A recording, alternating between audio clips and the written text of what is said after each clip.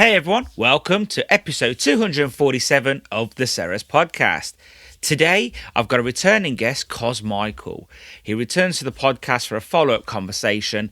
If you already haven't listened to episode 230, I'd highly recommend going back and checking it out, where we discuss staffing, customer service, delivery platforms, technology, CRM systems, and the evolution of the fish and chip industry. In this episode, we're covering new ground. We discuss current trading conditions, fish supply, rising costs, changing consumer expectations, EHO inspections, operational standards, strategic thinking, the Boston Matrix, and why understanding your numbers is more important today than it's ever been.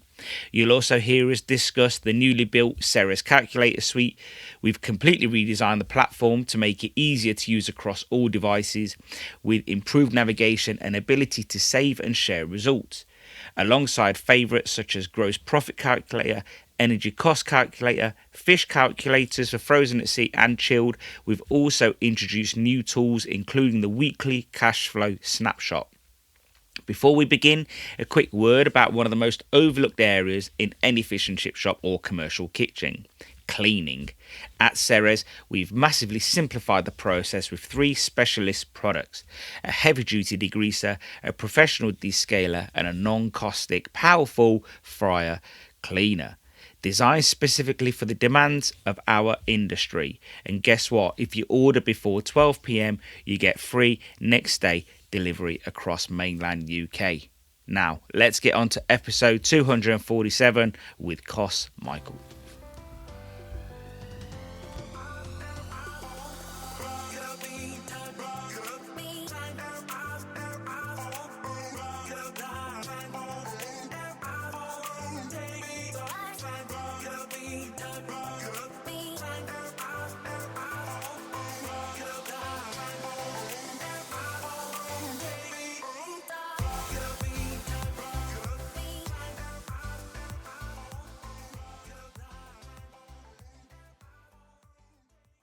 Hi, Cos. Welcome to the podcast again, mate. Morning, Stel. How are you? Yeah, not too bad, mate. Miserable weather here. It's chucking it down here too. Yeah. Typically British. We had a week of heat, and now we can get back to normal. Ain't it amazing that? Good for the spuds. Good for the spuds. It is actually. The farmer, that my landlord, he just goes on about it all the time. It's like he's only happy when the weather's constantly changing. If it's too much of one or too much of the other, he gets really peed off. Which is contrary to what we think. I think in our industry, we think that maybe farmers are just like rubbing their hands together when there's a drought or when there's too much water, but they don't. He hates it. Like, his goal is always yield, like always. So I think, just not that I'm trying to defend farmers right off the offset, but I think for the most part, they just want yield. Of course they do. Clarkson's Farm. Have you been watching that? Oh yeah, we watch it. Yeah, we watch it. Yeah, have you seen the latest 3 that have come out? Oh no, maybe not. I think I like to wait for any series. I like to wait for all of them to come out because. And you can binge it. Yeah, I don't like anything to impede my watching flow. I just want to watch them all. I think it's quite a fascinating one to watch this one, because they actually head off to Holland to a potato farmer to get seed, or it's to actually look at the technologies that they're using, the Dutch are and bringing in robotics into the farm. I was going to say it's fascinating, very good. The Dutch are way ahead. Like, when it comes to anything agricultural, the Dutch are like. I tell you what, have you ever watched the film Layer Cake? Yeah, so it's a bit of a comedy gangster film, isn't it? Yeah. That shows you how ahead the Dutch are at agriculture, because they just are. Like, I know it's in the context of drugs, I get that, but the Dutch, when it comes to agriculture, are just way ahead than the Brits, I think. And that's because their land is so well. I think they said if they didn't have all the dams and the rerouting of the water, they'd be underwater. So you've got to think cleverly when you're faced with that. They are ahead of the game. You can see that in the show when you watch it. When you get a chance, give it a go. Yeah, I will do. It might make people appreciate a little bit what goes on in the potato market and what's needed. I don't think it will, because I think for the most part, it's not slating any listener or farmer or whatever, but I think everybody looks upstream and thinks the person just above them has it better. And I don't think that's just human nature. I don't think that's any malice there. Like, I'll look at the flour miller and think, oh, he's got it good, and the flour miller will look at the farmers and say, oh, they've got it good. And everyone upstream, we think that they've got it good. And I think that's where this desire comes from sometimes in some businesses to own everything vertically. I think, and Henry Ford had that idea years ago. We've gone on a bit of a tangent here, but Henry Ford had this idea years ago where he thought, I'm going to buy the tyre companies and I'm going to buy the rubber forests before it was synthetic. And then, in the end, he just became one of the biggest landowners in America and he didn't make a tyre. So I think the desire is there, but you can't do everything. You've got to say, like, I've got to stick to what I do. And, and I think farmers, for the most part, the ones I've met, like, genuinely, I might get some stick for this, but they don't really rub their hands together thinking, oh yeah, we're going to have a great year because we hardly grew anything. Like, it's just, they want to make... Yeah, a lot of the time they're actually fixing last year's problems because obviously the way they have to finance and fund the operation, it'll roll over, and if they have a big hit one year, the paying for it the second could take 2 years. Yeah. We've got a big area of farmland around where our shop is, and all the land is tied up to either Walkers or McCain's. And this year I was speaking to one of the farmers, Brian, who's a regular in the shop, and we always have a good chat in the shop about what's going on and things. It was a good little insight to have him come in and give us actual real life scenarios. And they've got 13 hectares of land now which they can't seed this year. Wow. Because of last year's flood, and the nutrients in the earth are just completely sapped out. They need to let it recover. So he's down on what obviously his yield's going to be, which again is going back to what you're saying. Yield's important, and the technology that's coming in. I mean, I was telling him about Clarkson's farm the other day, and he was like, obviously we know about what's out there, but we just could never afford to put that into our farm. That seems to be an issue. Like the farmer that I chat to, he just says we can't afford that equipment. And again, I don't know why that is. I don't know what the differences are, whether it's subsidies or support. I don't know. But yeah, if your farmer friend must know a guy that's been on the podcast then, and his name's John Bone, and he lives next door to David Miller, but he works for a big crisping potato supply company called Cockerells. And they're huge. And we had him on the podcast not long ago, and he actually, about a year ago, and he actually, when we told him the prices for the fish and chip shops, he was like, that's too cheap. I just don't get it. And I think we again think, oh, the crisping companies must have it away. Like, but actually what's probably the benefit of their scale is the fact that they're giving away 25 gram portions. Like that's where their scale is. Like, so I think they are getting probably in some respects a cheap potato, but they're also not having them bagged. They're having them delivered in bulk. So there's a lot of benefits that they have that we can't have. But yeah, no, it's interesting, very interesting. I think, and also talking of downstream and upstream, your customers think the same, and my customers probably think the same. They probably think, oh, Ceres is having it away, like Frost Pride are having it away, VA Whitley's are having it away. Everyone looks up, and your customers come in your shop, and for the most part, they're happy. But some of them walk out and think, it's all right for him. Well, him with his chip shop, he's laughing, he is having it away. He ain't got the problems I've got. And I think everyone just looks upstream. Like, And I think the reality there for that is we probably do it still. You and I will go in somewhere and go, ooh, but we're interacting for 5 minutes, 10 minutes. That's yesterday, it. That thing's a 24-hour operation, and they don't see behind the scenes. No, they don't see. We took the kids yesterday after taking the kids to the park and bowl, and we took them from McFlurry, yeah. And when we were leaving, my mate who's got a chip shop, who listens to the podcast, who's been on the podcast, looks at me and goes, "Look at the queue to the drive-through. It's bloody mental." And I'm like, we'd looked at each other and said, yeah, that's good. And we were there for like literally 2 minutes walking out, 10 minutes inside, 2 minutes walking out, and he's like, I'd love to own a McDonald's. And you just think, there we go. We just, in a split second, we've just done the same thing. And so again, it's downstream effects. I think that we just look up and think, oh, it was better up there. It's probably just another headache in another place. That's all it is. So yeah, I mean, it's a little bit of a pattern what's going on at the moment with trade. You walk past, like you said there, McDonald's, see a queue at the drive-through, and obviously we know the scale of what they do. but you've caught it in that moment when it was maybe at a little bit of a peak. Yeah. And then an hour later, you might get 2 cars pass through that drive-through. Yeah. Just because of loads of different possibilities and circumstances. So it's the same in the shops right now. We're seeing periods of trade where you assume you have your patterns where you're going to be busy. Lunchtime is a good marker for that, because we have a very solid lunch, I would say, in general compared to some others. But the peak time, sometimes it's as soon as we open that door for the first hour and we'll get our first big slam. And then sometimes we're not seeing any customers until maybe 12:30, 1 o'clock. And everyone's coming in later. And for the life of me this minute, I cannot put my thumb down onto what is causing it. Bearing in mind, probably like most places have got more tradesmen, workies coming in for the lunchtime. It's either because they're just flat out, they've got different things going on, they're not in it. You just don't know at any one given point. Do you run a full menu at lunchtime, or do you like trim it down a bit? We run the full menu, but we've got a tailored lunchtime only, which we operate until 2 o'clock. It's like key favourites, all price pointed, because that's the key thing, why it's successful.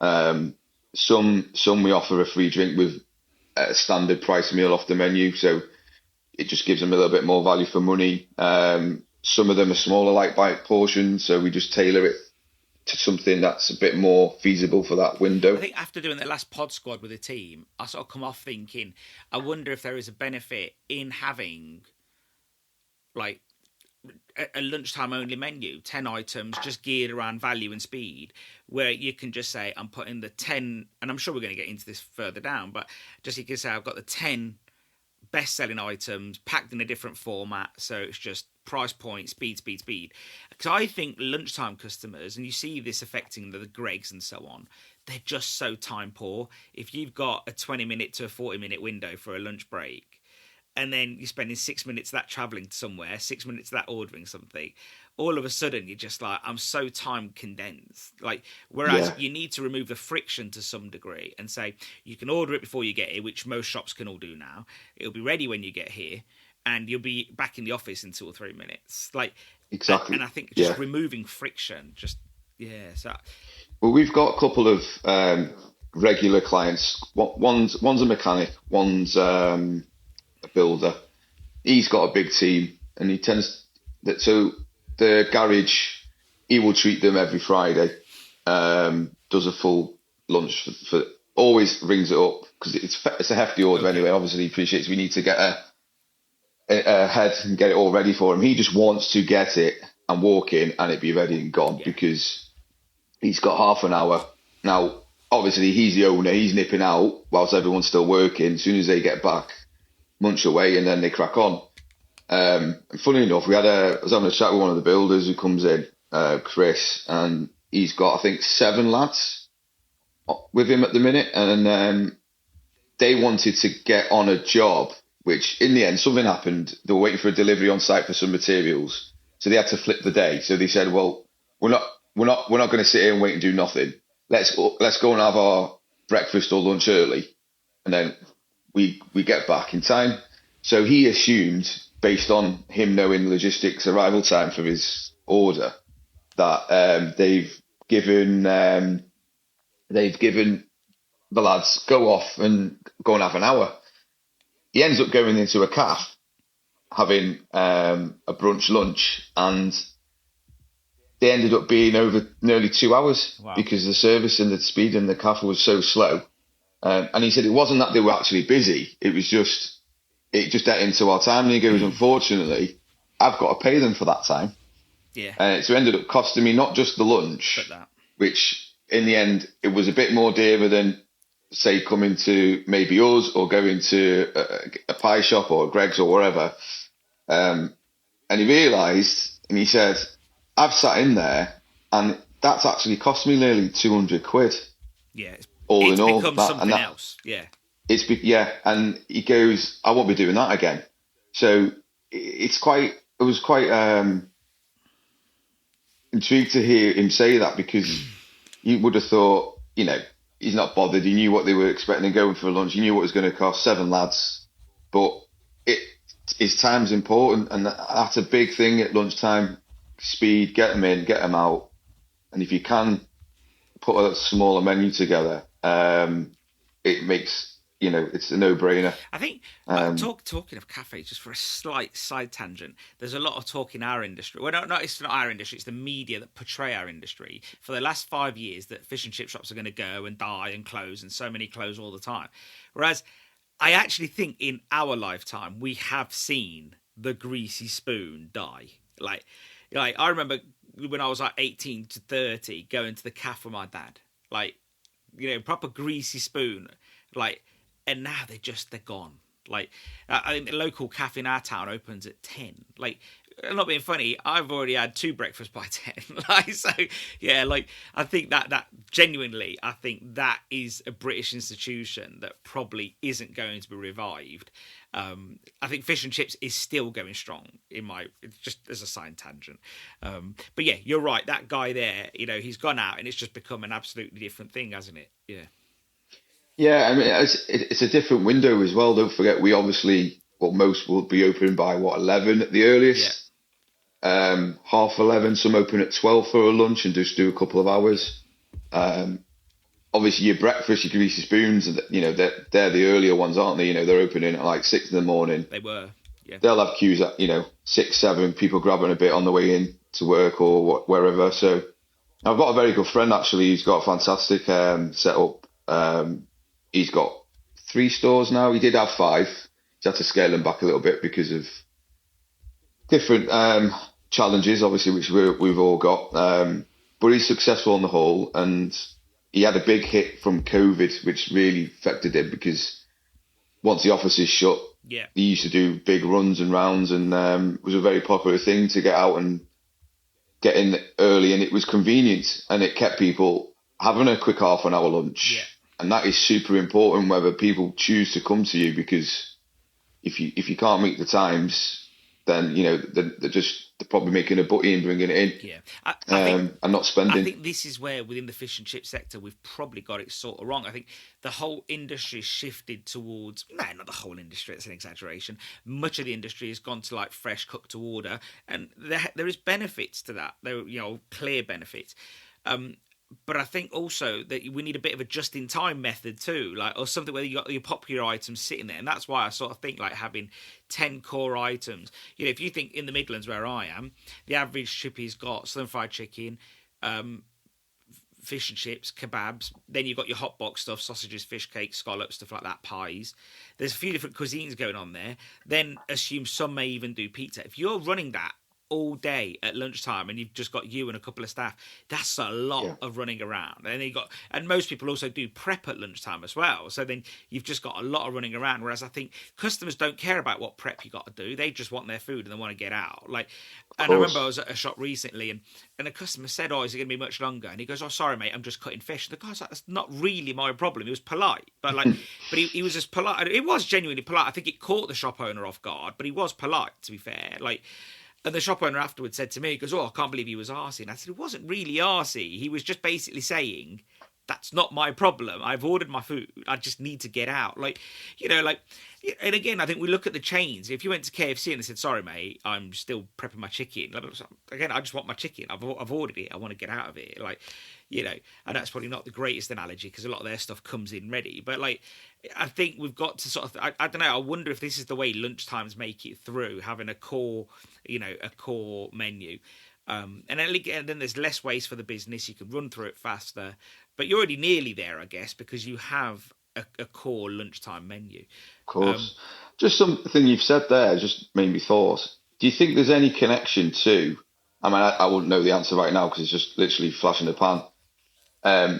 Shops that have got counter ranges as opposed to, island ranges which are designed for high turnover, fast flow. Do you think maybe they have a better lunch than some or the others because it's on display, it's in your face, people just coming in, they're right up against the counter, they can see your cabinets. And they go, oh, I like that. I think it could be either or. Oh, geez. I think it all depends what's in the hot box. Like, again, empty hot box is empty hot box. Like, so you can't buy what's not ready. You can't. It's impossible. Like, you know, a few years ago, I was in a friend's shop in Leeds. And he's not got the shop no more, so it doesn't matter. But I was in a shop in Leeds with him, chatting, and it was just as we were bringing out the pan cleaner. We were chatting, and we were doing a boil out. We'd got it all done, and customer comes in, and there's no fish in the hot box. And he goes, I always cook fish fresh, always.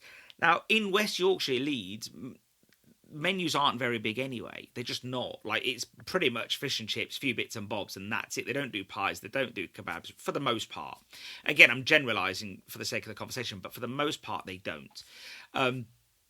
So the customer goes, all right, then, I'll order 2 haddock and chips, which is just 2 fish and chips up there, because that's what was mostly haddock. And the customer goes, you know what, while I'm waiting, I'll have a sausage. And he goes, oh, I've got to cook that too. And the guy goes, oh, forget it. You can't have nothing ready. You are not selling. My dad always used to say, people buy with their eyes. Now, I'm not saying on a Thursday lunch or whatever it was, Wednesday lunch. It was a long time ago now. So, I'm not saying you should have a hot box full of products. I'm not saying you should have 300 quid's worth of food just sitting there, dying, waiting to be served. But at the same time... You would know, wouldn't you? Yeah. Which products will hold well, which ones don't. Obviously, your fish, you want that as fresh as possible. Yeah. Get it out. Now, again, this is going back to what you're saying, having a specific menu specific to lunchtime where it's fast flowing, not only to get the service and the speed out, but actually something that you can put together when it's busy. Yeah. So, you can put a 4-ounce fish for perfect size for lunch, little light bite. That should take you 2.5 to 3 minutes to cook. Yeah. By the time a server has taken an order off, say, 1 guy, 2 guys, if you've got your system and the operation sharp and efficient, they're not waiting more than 6 minutes, which, to me, I think that's acceptable. Yeah, and if it's moving, if you join a queue that's got 6 people in front of you, you don't mind. And then if you put a few techniques in place, so you start asking down the queue, what were you having, mate? What are you having, Bob? What are you having, John? Like, you're beating this. Of course. So I think this is the thing. You can use these little tricks that people don't always do. And I think you can box yourself into what you can't do, but you've got to lean into what you can do. Charlie Collins made a brilliant point. I think he either made it privately, actually, or on the last podcast, I'm not sure. But he removed a few things off the menu, burgers, certain types of kebabs that were slowing. He looked at everything that was slowing him down. And he got rid of about, I want to say 6 or 7 items, but it was items that took a lot of labour, that had to remove someone off a station to go do something else. And then he removed it. And this is anecdotal. And he said one of his staff had messaged him or something and just said, it's been really quiet tonight. Yeah. And this was about a few days after he'd made the changes. He goes, it's been really quiet tonight. And he looked at his system and he actually said, we're up on last week, this day. Yeah. But because they'd managed so well and having less things to move them off their station, and I'm paraphrasing, so I'm sure Charlie will tell me if I'm wrong, but I think to some degree I've nailed it right. It was basically they had less to do, although they served more customers, and even the staff felt like that it was quiet, but actually they took more money, and I think there's a lot to be said for that. A lot. Well, funny enough, last week with the weather being so hot. It was a couple of weeks ago, wasn't it? Walked in off a weekend and I've had 2 fridges packing. You said, yeah. Obviously, nightmare, got engineers out. We've got it all sorted now.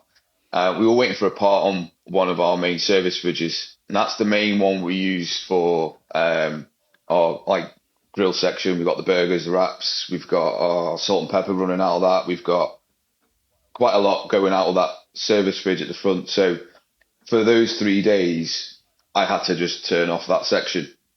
I kind of enjoyed it, I'm not going to lie. There was, like you said, there was less to do, but it's actually got me thinking, and realised that the numbers that you can do without having that, I didn't have to have a member of staff on there.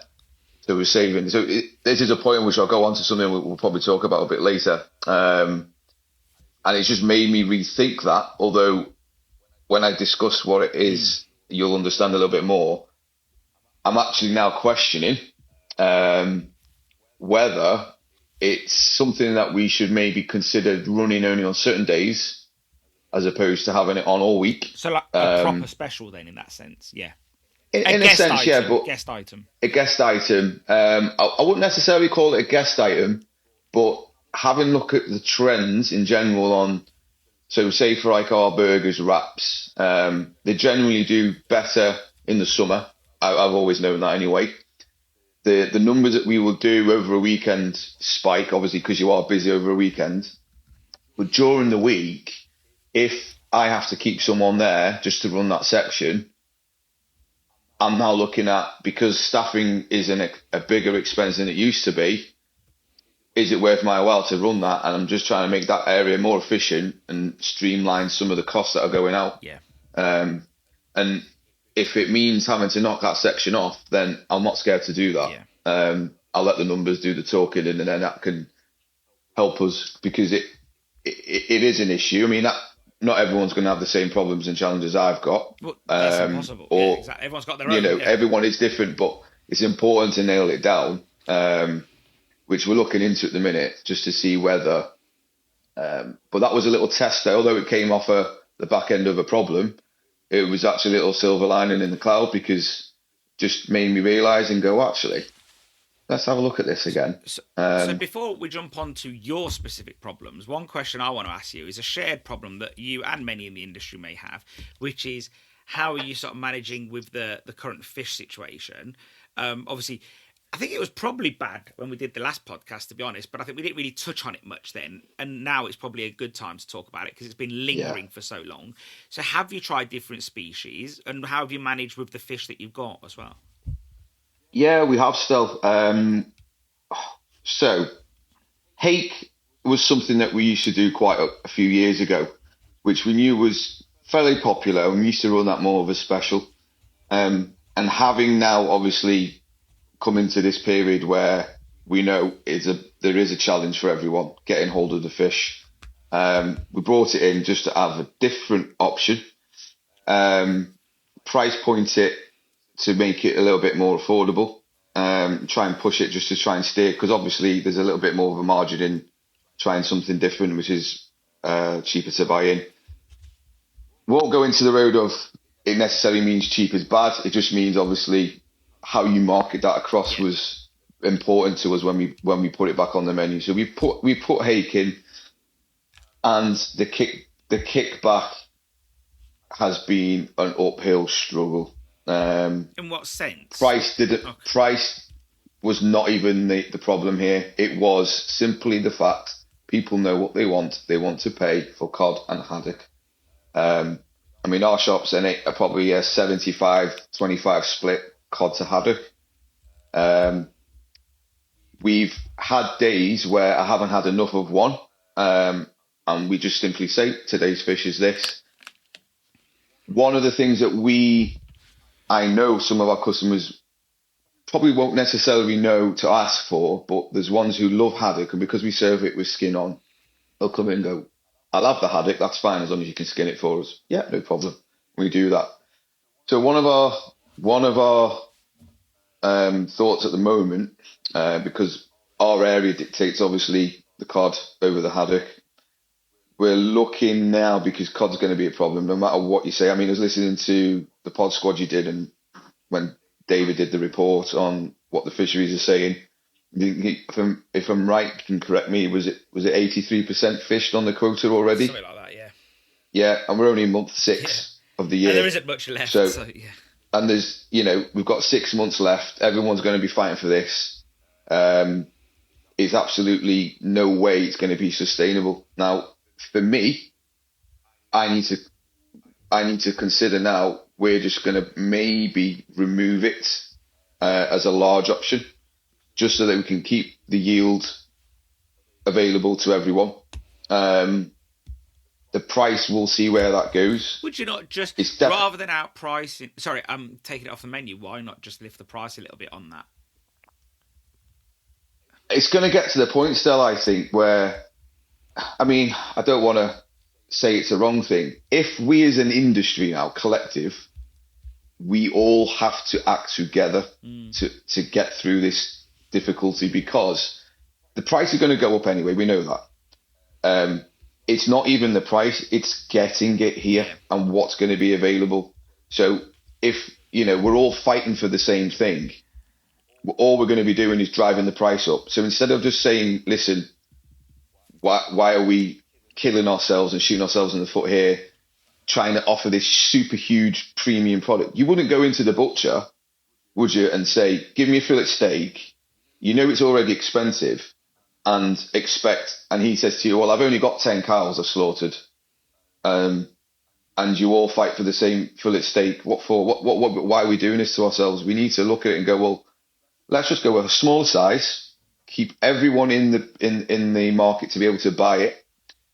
You've got a yield which you can turn around to customers and say, well, you can have your premium cod because you're choosing that. Yeah, we're trying to introduce you to new things which you're not willing to obviously go for. So if you want this is fine, but we have to ration it, because if we don't, no one will have what it. I'm interested to know out of that is, what was the difference between you doing hake now and you doing it before as a special, where people seem to enjoy it? Like, why do you think they've turned on it this time? What's different with the public? Supply issue was the problem to begin with for us. So it was weeks when we had it, weeks when we didn't have it, and we had the same regular guys or people coming in going for a hake standard. That's what they want, coming out of hake and chips. And then it was more us being unreliable with it and having that consistency. So we took it off. And then I know there was a little dip in hake stock anyway. I did read that over the last. Yeah, someone said on the group, you'd be lucky if you can get it. Yeah. It was difficult, and we were buying the South African hake, which was a lot better than even some of the wet, fresh coming off our local shores. Okay. The quality of it was brilliant. Having said that, again, short supply, so we just said, right, okay, let's knock it away. We're in that same issue now with the cod. So from experience in the past, that's telling me we're probably going to see that again. Bringing it back on now was to offer a price-pointed product, because there's a ceiling, I think, to what people will pay. I'll give you an example. Recently went for a bit of lunch with some friends. Went for a little drink in a local pub, fantastic little gastro pub, and I was just browsing through their menu. They had hake, fish finger sandwiches, all done nicely in a nice, balm with cress and tartar sauce and whatever. Just for it was lovely. Non-northern people, that's a bread roll. Yeah. Yes. So fish finger sandwich, shall we say? Yeah, and that was sat on the menu at £19.25. Okay, it was no more than 4 ounces of fish, and people were paying for that, and that's a hake. Now we all know internally in the industry cost us what those ingredients will cost, and I sat there and I went, how much of it are they actually selling at that price? And I actually asked the waitress when she came, I said, is that quite popular here then? And she said, not really. So what's your most popular item on the menu? And she says, oh, we tend to be more like sandwiches, paninis, those sort of things. Fish isn't really that popular. She says, although we do like a basket of whitebaits, that's quite a thing. But obviously I think the setting in the pub, that sort of environment is quite a popular thing. Scampi is quite popular. And I asked her then, I said, do you think people pick on price over what they want? And she went, definitely more so now than ever. And I said, that actually tells you a big picture there. So, okay, restaurants have got higher costs. The venues are going to be a bit more dearer than what we can offer as a takeaway. But when you break it down, for a family of four, if we're on average, let's just say 11 quid with your sides, you're into 70, 80 quid. And that is the challenge that we've all got but I guess as a business, we're not in an industry. isolated though, are we? Like, because if I ordered Domino's pizza for four of us, if I ordered KFC, if I ordered McDonald's, like I think Chinese food, like that the cost of Chinese food can quickly escalate. Like, And I do wonder, like, is that us just judging our industry? Like, do you think, like, I've not heard many Chinese takeaway podcasts. I don't know if they exist. But when they're in their circles, do you think they say, oh, customers just don't want to pay it? We've got a ceiling price. I know where you're coming from. I don't have that perception. I mean, people are paying silly money on aggregator platforms. And that's the other quandary, isn't it? Yeah. Like we think within the is it then a communication issue? Is somebody that's visibly in your shop when you're at the thick end of the wedge, you're serving, you're at the deep end, let's say, and at the coal face, and a customer comes in and goes, "Oh bloody hell, £9.20 for whatever." I'm just guessing. I don't know what anything costs anymore. Yeah. But like you hear it, whereas then you've got all those, and I've seen your shop, and I've seen the buzzing, constantly buzzing on those apps, like, and yet there's other people order, and they're paying for the same thing 40% more, roughly speaking. And they don't seem to complain. Well, I'm sure they complain if they're upset, and I'm sure there's the odd abuse. But for the most part, look at how much money aggregators are handling. Yeah. So there is something. There's a misalignment, and maybe we don't understand everything yet. But it does feel like some people are really happy to order anything through the aggregators. So one of my customers, he was saying to me that one of his staff members, as a treat, she gets an Uber into work. But that's not the treat. That's just getting into work. She could use the bus. And then while she's on work, she'll order for her break, like a Costa coffee and a donut or a muffin or something. And it's probably in for like, I don't know, 19 quid or something because of the Uber charges and everything. And he says, look, she can bring a muffin in and we have free coffee and tea for the staff. And yet they don't. And you think that's a treat in itself. You've got yourself your muffin, you go have your coffee outside. And yet, so, yeah. That might be going to the coffee, though. It could be a quality choice. Maybe the coffee that they have available is awful. And she just can't drink it. And she prefers that. And it is a treat for her because it's about frequency, isn't it? I think, still, how frequent we can bring people through the door as a repeat custom. If you're relying on passing trade, and the people that just, they're there for the moment, you're not necessarily going to see them again for maybe 6-7 weeks if they're passing through again.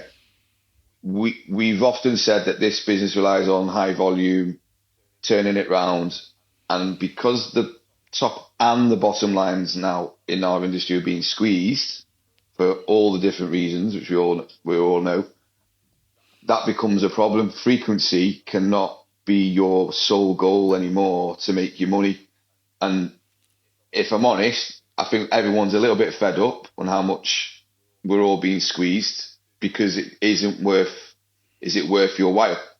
And again, this is something we'll go on to discuss again with what I wanted to talk about with you following last time. Before we get on to that, I'm intrigued into a little story you told me, and let's just jump on the operational side before we jump on to okay. That. So tell me the story about the EHO. Go for that. Because Okay. I actually surprisingly, you mentioned this to me. I said I need to talk to you about this. And you didn't tell me the whole story because I said, don't tell me because I want to hear it on the podcast. But then I was chatting to another shop owner right after who told me a different story from a different angle to you. So I just thought it's an EHO story though. So you go first. Yeah, well, I wanted to bring this up because it's more of a little bit of a warning just to keep people a bit vigilant as to what could possibly go on. So, dead simply, busy tea time. 5:45, EHO officer walks in. So just to give you a little background on us, we've had never anything other than a 5-star. We're 26 years in at that site. To be honest, in any of my businesses I've never had anything less than a 5. So I'm blowing the trumpet there, but just to give you an idea, to get the 5s in everything all the time, 26 years running, you would tend to think that as an EHO officer walking into that business or wherever it is they would go, they would do some homework. So we used to have one of the senior EHO officers visit our site for as long as I can remember. Now, this is the guy who's running the entire department for the council. Walks in, and he often used us as a shining example to other operators and things like that. So we've got a great rapport with him. Fortunately, last year was his last inspection, which was 2 years ago, was his last year, and he's retired. So I was waiting for a brand new face to come in. Lo and behold, like I said, 5:45 tea time, lady comes in, and I'm here from the EHO office, come to do the inspection. And I just turned around and looked at the clock, and my disappointment obviously was huge. And I said, with all due respect, you're more than welcome to come and do whatever it is you have to do, but you do realise what time you're walking in here. If you want to come and do it, you're my guest. My door's open for anyone to walk in and inspect me at any point. I've got nothing to fear or worry. Go about your business. Or if you prefer to, come in the morning and come back. And because I'm obviously conscious that it's your first visit to us as a business, you don't know me. You're a new face, and I want to get off and show you and showcase us in the best possible way, because there's a lot of things you're not going to be aware of, what we do, how we do it. No, I'll do it now, she says. Okay, no problem. So she comes in, she gets all gowned up and everything that we do. And bearing in mind, I already had a queue of customers. And it happened to be that I had 2 trainee staff on, which first hour into the job, never done it before. So I'm in training mode with them. I've got one person was short. We were short down by 1 than we would have had normally. And I've also got one of my main girls who is also shadowing the 2 girls to help them, plus to also look after what she would normally do. So it was a cluster of different things going on. She should come in. And I said to her, listen, I'm going to get you out all the paperwork, all the things that you're going to need. You've got all the time in your world, but I cannot be here on tap to answer any questions or anything you need. Just go around my casa su casa, as they say. Yeah. So she's got all the paperwork, give her all that. I said, listen, if you need me, just come out into the front and just stand near me and go through things with me there. She goes, well, I'll do what I need to do. I've got this queue building up. I'm overseeing the 2 new girls we've got. Happened to be that day when orders coming in, very awkward orders, huge tickets. It was just, I don't know, someone had cursed me that day. And I'm thinking, right, okay. She's come in and out.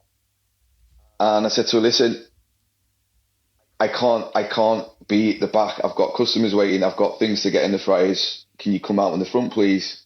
And she went, I'd rather not come in the front because I don't think it looks good with you having a shop full. I said, but I'm not bothered whether you're here. You're gowned up. Yeah. You know, you're doing your job. It's part of, if anything, it's good because they see what goes on. Anyway, she popped her face out in the front of the shop, and I had 2 customers because I had to go in an hour. I was apologising. I'm really sorry. I've got an EHO inspection currently undergoing. And customers like, what, at this time of the day? I was like, yeah. I was like, you know, I did question it, but it is what it is. So I'm sorry, but we are running a bit behind. One customer had a little bit of a pop at her when she came out in the front and was, I think he just said something to her like, you know, what time do you call this, love? You know. Anyway, it was what it was. Customers are understanding, obviously, because I explained what I said about customers. They don't care what yeah. Well, yeah, it is. Anyway, to get into the nitty gritty, she'd been there for a good hour and a half. But most of that time was her waiting for me to come to her to give her some new guidance or point her in the right direction. So I said to her, listen, is there any way, now that you've been, can you just come back maybe and we'll go through everything that you need to ask questions, draft them all up, come back and see me in the morning because I feel like I'm wasting your time and you're actually hindering me, with all due respect. I wasn't rude to her or anything like that. And she goes, no, I've got to do it. I'm here. I've I've had a long day. It's been a tiring day for me as well. So, I was like, well, if you don't mind waiting, you could be here till 8 o'clock at night before I can go for any of this. So she said to me, I've only got 2 questions for you. And I need to just clarify some things because maybe I haven't seen things that, you want to show me. I said, okay, yeah, go fire away. She goes, can you tell me where you wash your hands? I said, yeah, in the sink. I thought that was obvious, She goes, no, specifically like, where's your hand sink? I said, oh, right, okay, understand. I said, follow me. I said, we've got hand sink here in front of the shop, main service area where we handle most of the food. And I said, obviously, you know our shop, so you've seen. So we've got the secondary kitchen, which is our pot wash area, massive twin double sink, all labelled up on the sinks as well. One side for pot wash, this side is for washing hands only. All the labelling, all the soaps, the dispensers, all the things that you need. And I said we've got the 2 sinks in the rear, which is our food prep area where we fill it fish and we do a lot of other stuff, but it's solely for food. Okay. So she said, so if you're handling food in the back, you have to come all the way to the front of your shop to wash your hands. I says, no. We've got the sink in the section in the middle, in between the 2 rooms, and that's a designated hand sink. Or that sink is designated for washing your hands, although that side is for pot washing. Obviously, it's the red tape side of it, and the logic that she was applying just really wound me up. And I was like, I want to ask you a question. I said, if you're cooking at home, and bear in mind, you're an EHO officer, so I'd expect you to be a little bit more conscientious of, what you do at home as well, not just in a commercial environment. So if you're in your kitchen, saying you're just cooking a meal, do you leave your kitchen to go upstairs to your bathroom to wash your hands? Or would you wash them in your kitchen sink? She goes, well, I'd only wash them in the kitchen sink if it was empty.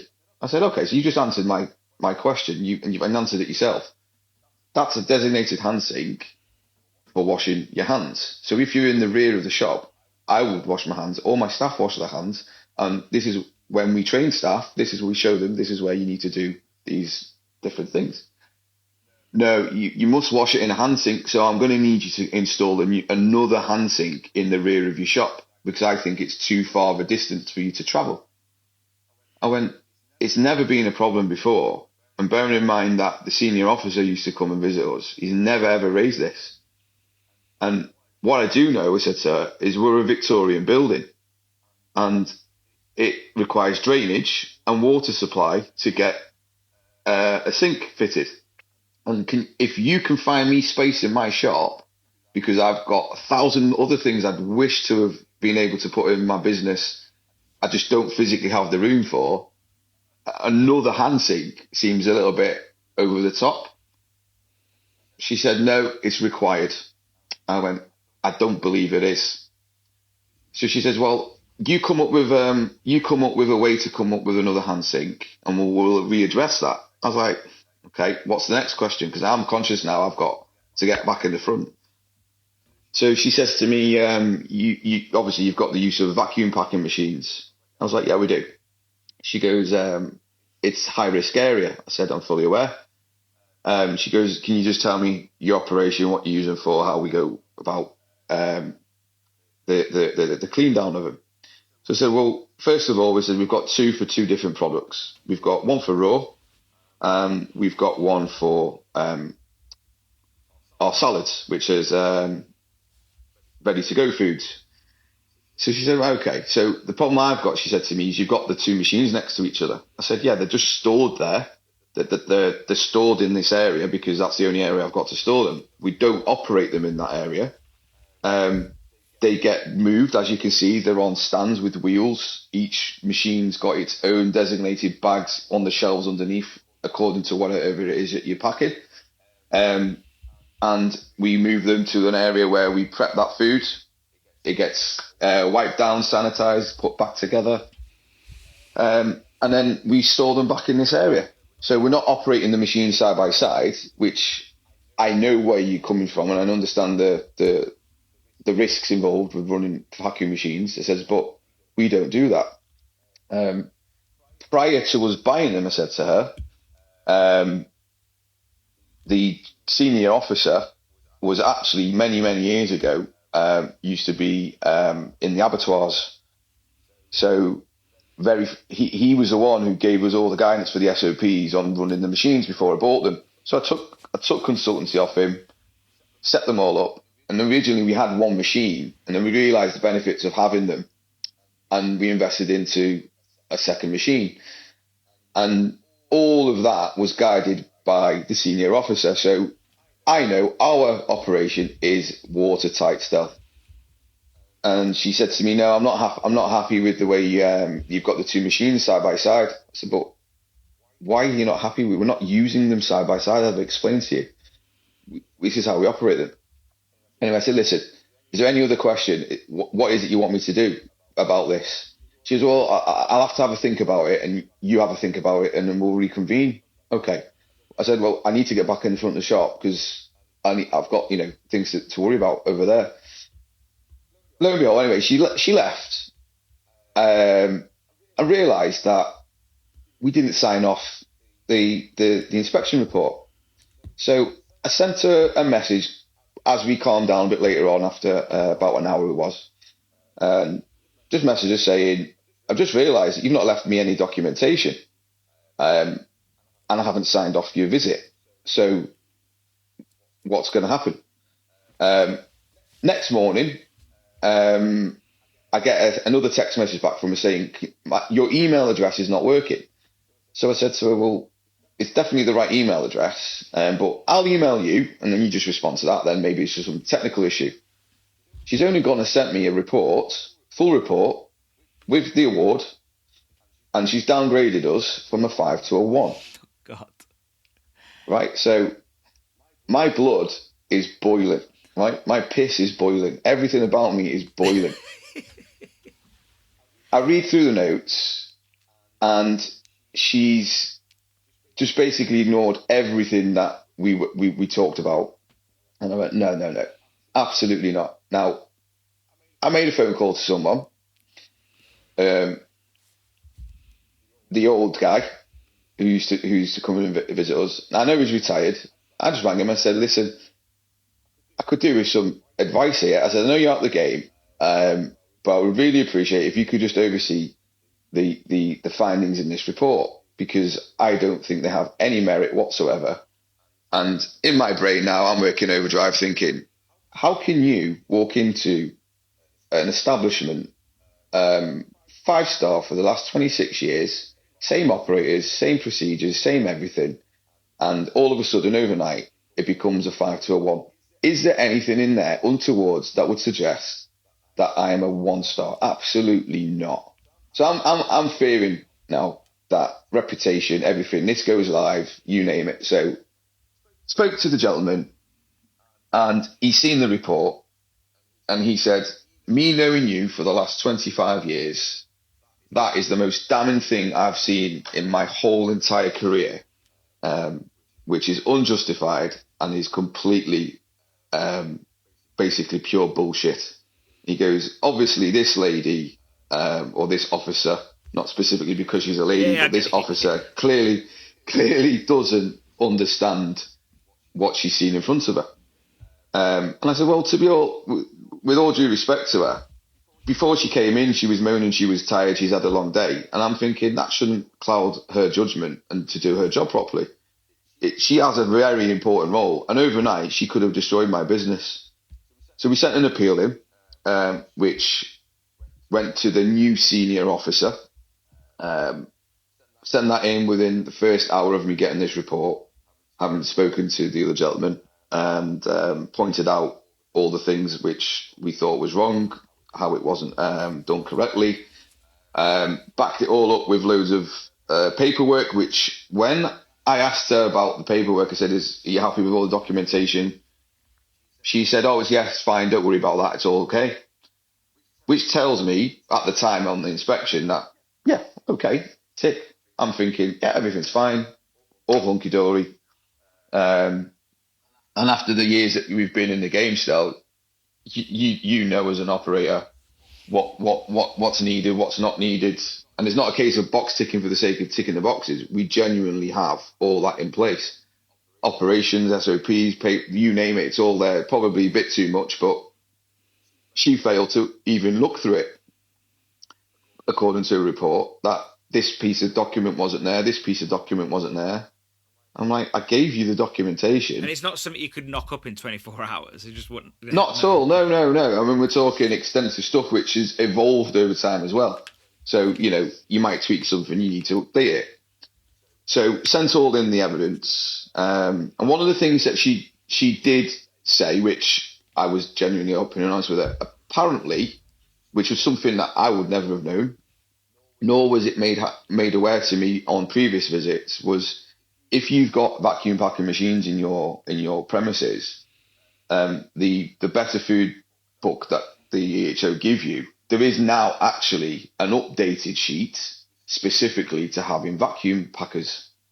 Now, she said to me, you don't have that sheet in your book. And I said, is that templated from this new book? Is it like a new thing? She went, no, you haven't got it. I said, I know I haven't got it because you're only just telling me about it now. So could you send me one? Yeah. So I've got one and I'll update it and make sure it's all correct. She says, well, you should have had that in your book. I said, well, when was this? Is this a new document that's been produced in the last 2 years? Because if it was, how is me or anyone else meant to know about the findings of this new sheet that's been updated? Surely it's you as an EHO officer to come round and update us as well on anything new legislation coming into businesses or guidance to say, look, there's been some altercations. Are you doing this? Are you, just to let you know, are you up to date with the very latest legislation? That's your job. Yeah. I wouldn't know. So I'm not being ignorant to it. Yeah. But as you can see, everything else is... So if you fast forward a little bit, what happened? Like, did you get your 5 reinstated? 5's gone straight back on. I had a phone call and a report sent back from the senior officer and basically try to play down her, well, I'm going to call it incompetence and lack of knowledge. So me pointing out all the pointers. So it was more of a case that, if someone's having an EHO inspection, don't be scared to challenge them and don't assume that they know everything, because I'm not here to criticize her. I think she's realized her mistake. I did tear her a new arsehole on the phone. Well, I'm not going to lie. Hopefully you never, on your next one, you may get on better now. She may know a bit more about... Yeah. Well, I've said that to her. I said, you've come into a new place, not a brand new startup, not a relatively new business. A business is well established, famous in the region, never had an issue, and you've not done your homework prior to you coming into the business, especially it being a first visit for you and myself. And I said to her, you've come in, and as far as I'm concerned, seeing what you did do in the little time that we had together, and I did say to you it was a very inconvenient time, even though you persisted to do your audit, for me, going off my experience on other inspections here over the years and in all the other businesses that I've run and been involved in, your inspection was very rushed. It begs the question, like, how does she treat you like a 2 out of 5 place? Like, yeah. Well, for me, a 1 star is something that should be getting shut down still. So I remember, because obviously we're building a factory at the minute, it's nearly done, and I was chatting to the accreditation guy, and he said 5 should be the lowest standard, not the highest standard. Exactly. Yeah. So the fact that some people still operate on 1 and 2 is baffling. Like, but yeah, I think that, I think there's a lot to be said. And I know it is mostly paperwork, but it sounds like you're in order there. So. Yeah. I mean, when the gentleman rang us back with the appeal sort of thing, he went through everything and he went, I have to apologise firsthand that this has happened. He said it's clear that you definitely are not a 1, and all the things that have been raised haven't really been consulted or had what was the word he mentioned? hasn't been looked upon within our framework as officers on what we need to assess when we go to a place. So he was saying, he goes, look, paperwork is a key thing. And one of the examples he actually gave me, although it wasn't relevant to us, he just said, I'm just going to give you an idea on possibly how she's come to this conclusion. And what it was, he said, just imagine, I'm going to give you a worst case scenario. An EHO officer walks into your business and goes to another place, and they both have the identical issue. And he goes, I'm going to give you the worst case scenario, and one of the worst that probably no one wishes to have. And he goes, that could be like pests, mice, rats. He goes, we're not stupid. We know that it's around. And we're not expecting to go into a rat-riddled business, because that's totally different to be shut down immediately. He says, but let's just say I walk in, he said, and you walked in and pulled the freezer out, and there could be droppings behind a freezer. And immediately, it's an alarm bell, so it gets noticed. And we'll ask the operator, are you aware, have you seen that you've got this? We've just found this now. And if he turns around and says, oh, yeah, we did a clean down a couple of weeks ago, doing pulling out fridges and freezers, and there was nothing there. So they will then follow that on with, well, have you made that recording in your diary? They want to see that evidence. Yeah.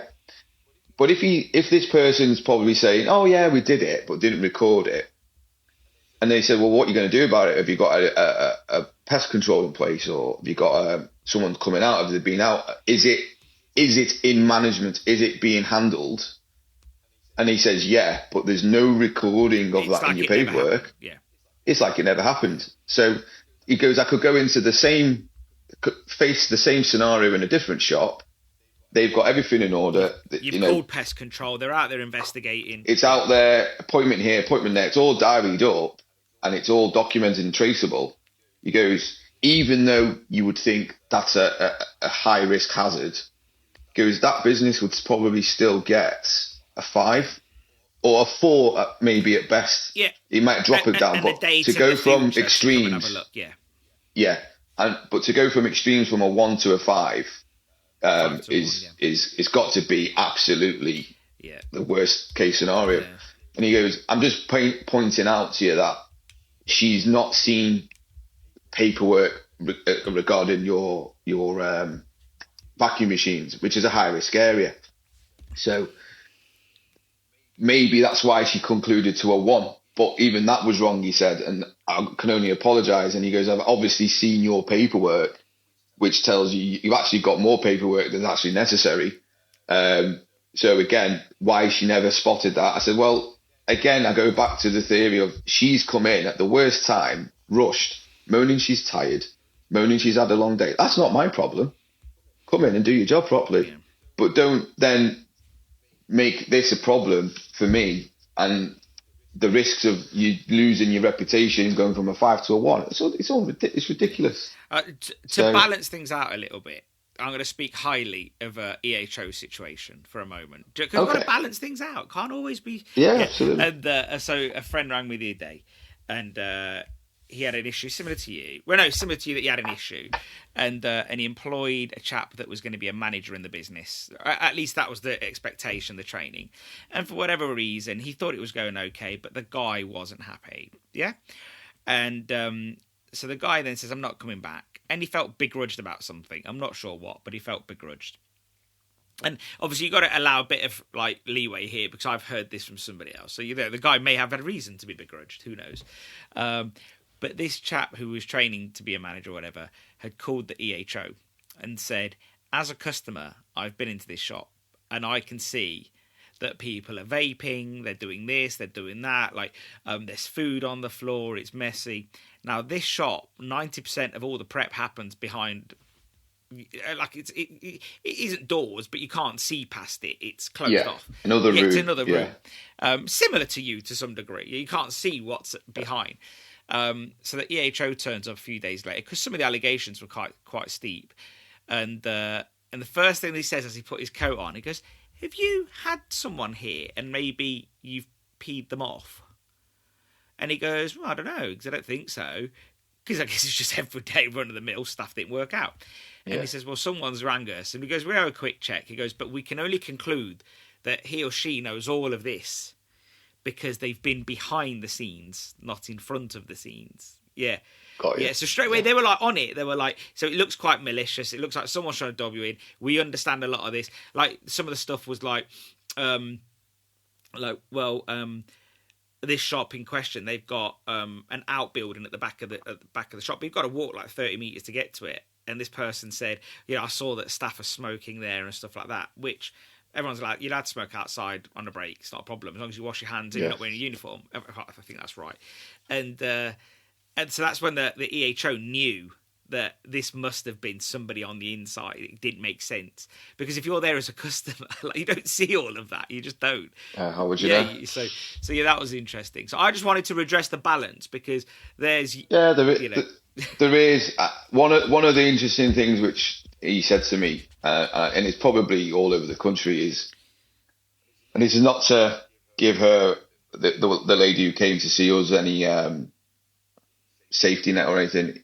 He said one of the issues that we do have as EHO officers all across the country is obviously councils are running on low budgets. They're in short supply of actual officers.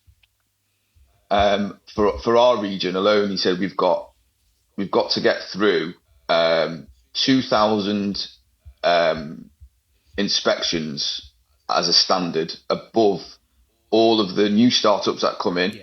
Yeah. There's issues that they're facing internally from, them operating and getting around all these shops and how many they can fit in at any one time. And obviously they need to look at the higher risk shops and businesses. And they're not just looking at us as takeaways and restaurants. Yeah. People probably don't realise they're going out to like retail stores where they might sell like a few ready to go sandwiches and in a little fridge and things. So that they do have a significant amount of work to do. Yeah, I bet. But I do feel for them for that point of view, but that shouldn't be our problem. If you're going to go in as an officer, that carries a lot of power as well, because it does come with that. But to misuse it or to mismanage it or to misinterpret it, it's detrimental. And that's the thing which he was saying, unfortunately on this occasion, we've fell short and we can only apologise. I said, as long as it's all sorted. And he goes, it's absolutely fine. I know it sounds tongue in cheek, but this is why a lot of people that work for the council, whether it's environmental health, food standards, whether it's building planning, a lot of people see them as business prevention officers. And to some degree they're there to put roadblocks in place to make sure that things are done properly. But sometimes someone with a clipboard and a high vis or a white coat, they can be very destructive to a business too. But that's just human nature. Again, we are back to human nature. Like, nothing changes. Like, if you give most people a clipboard and a high vis, mate, they would wreak havoc. Yeah. Honestly, we think we wouldn't, but we probably would too. Like, we should try it. We should just go to like Old Trafford or something with a clipboard and a high vis and just like pee people off. It happened very quickly. So, yeah. No, but absolutely. I want to now discuss something else a bit more interesting. Not that was a boring story, by the way, but something that could be more pivotal to a business, because in that sense, what you just told us, no one can really do much about that. If someone's going to do that, they've just got to do what you did, which is challenge. But I want to know more about Boston Matrix and strategic thinking and how it applies to your business. So we've discussed it before on the phone. You touched on it a little bit on the last podcast. So tell us a little bit, summarise what is Boston Matrix for those that are listening.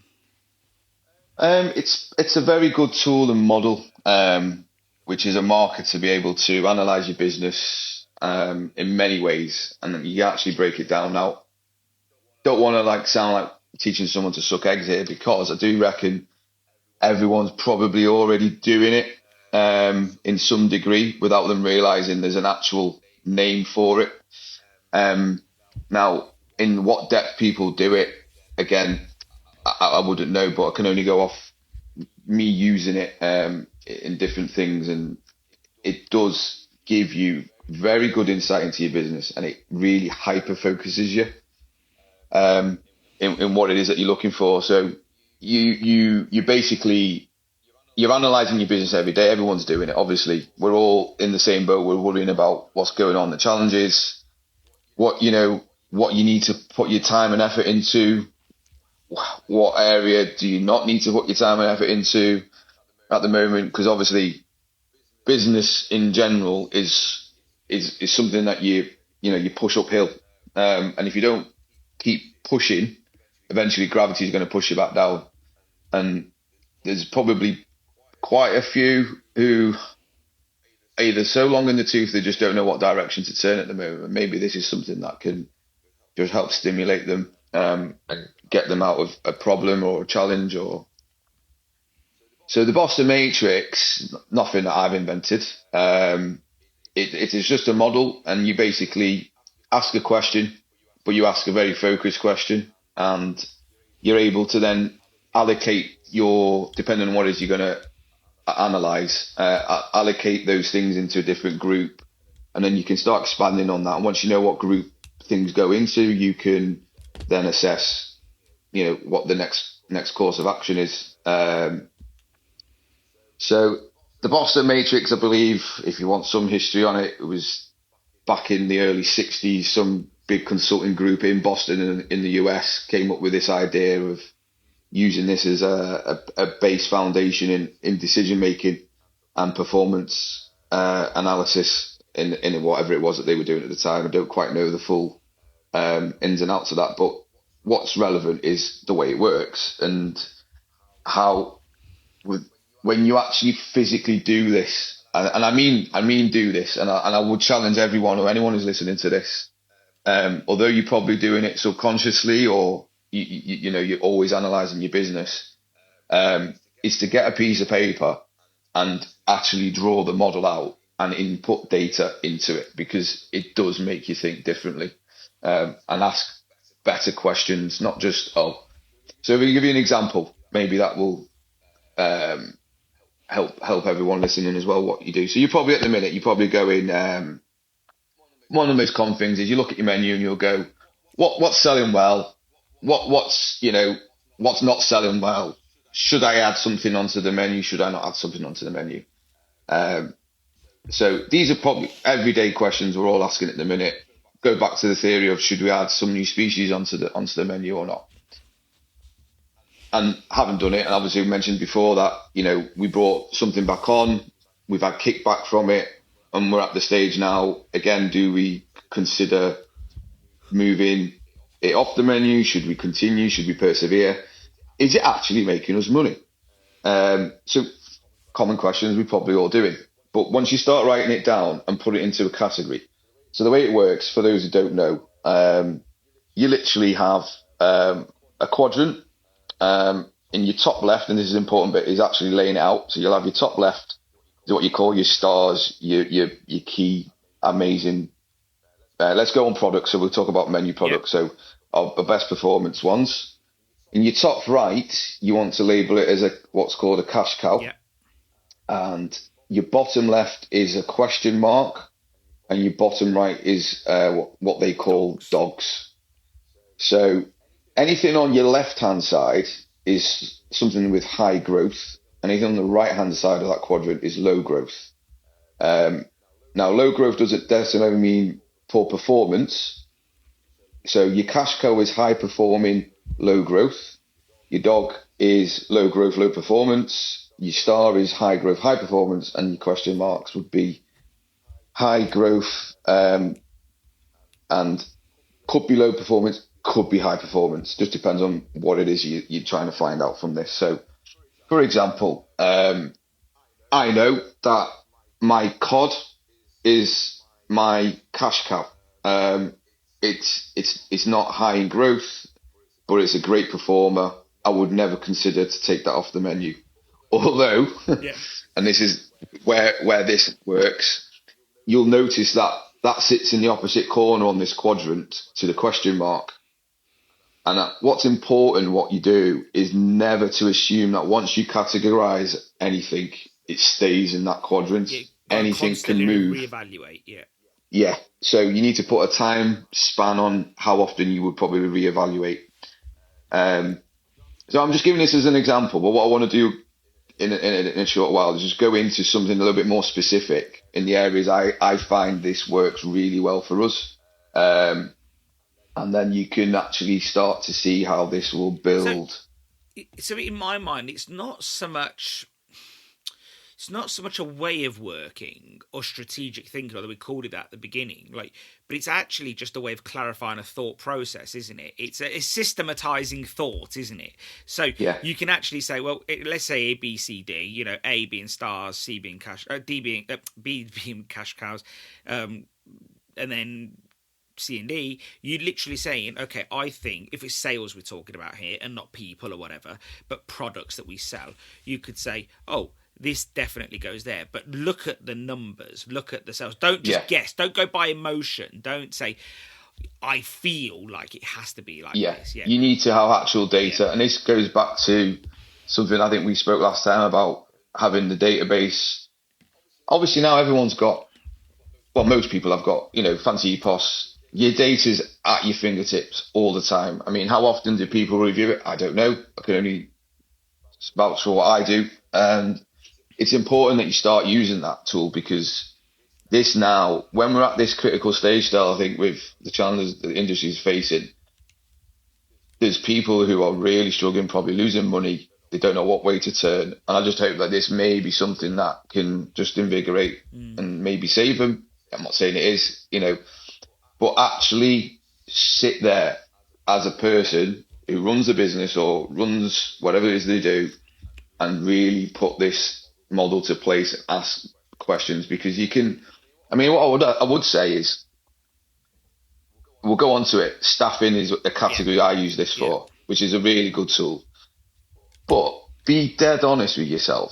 You as a person who runs your business, put yourself in one of them boxes.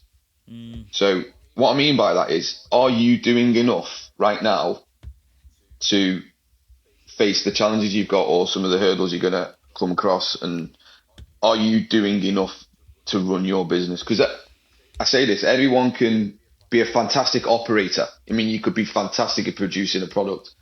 You'd be really good in a store. Not everyone's got the business acumen behind them. That's not to take anything away from anyone. There's people who partner up with people who, they're the people running the business side. I'll look after operations, and vice versa.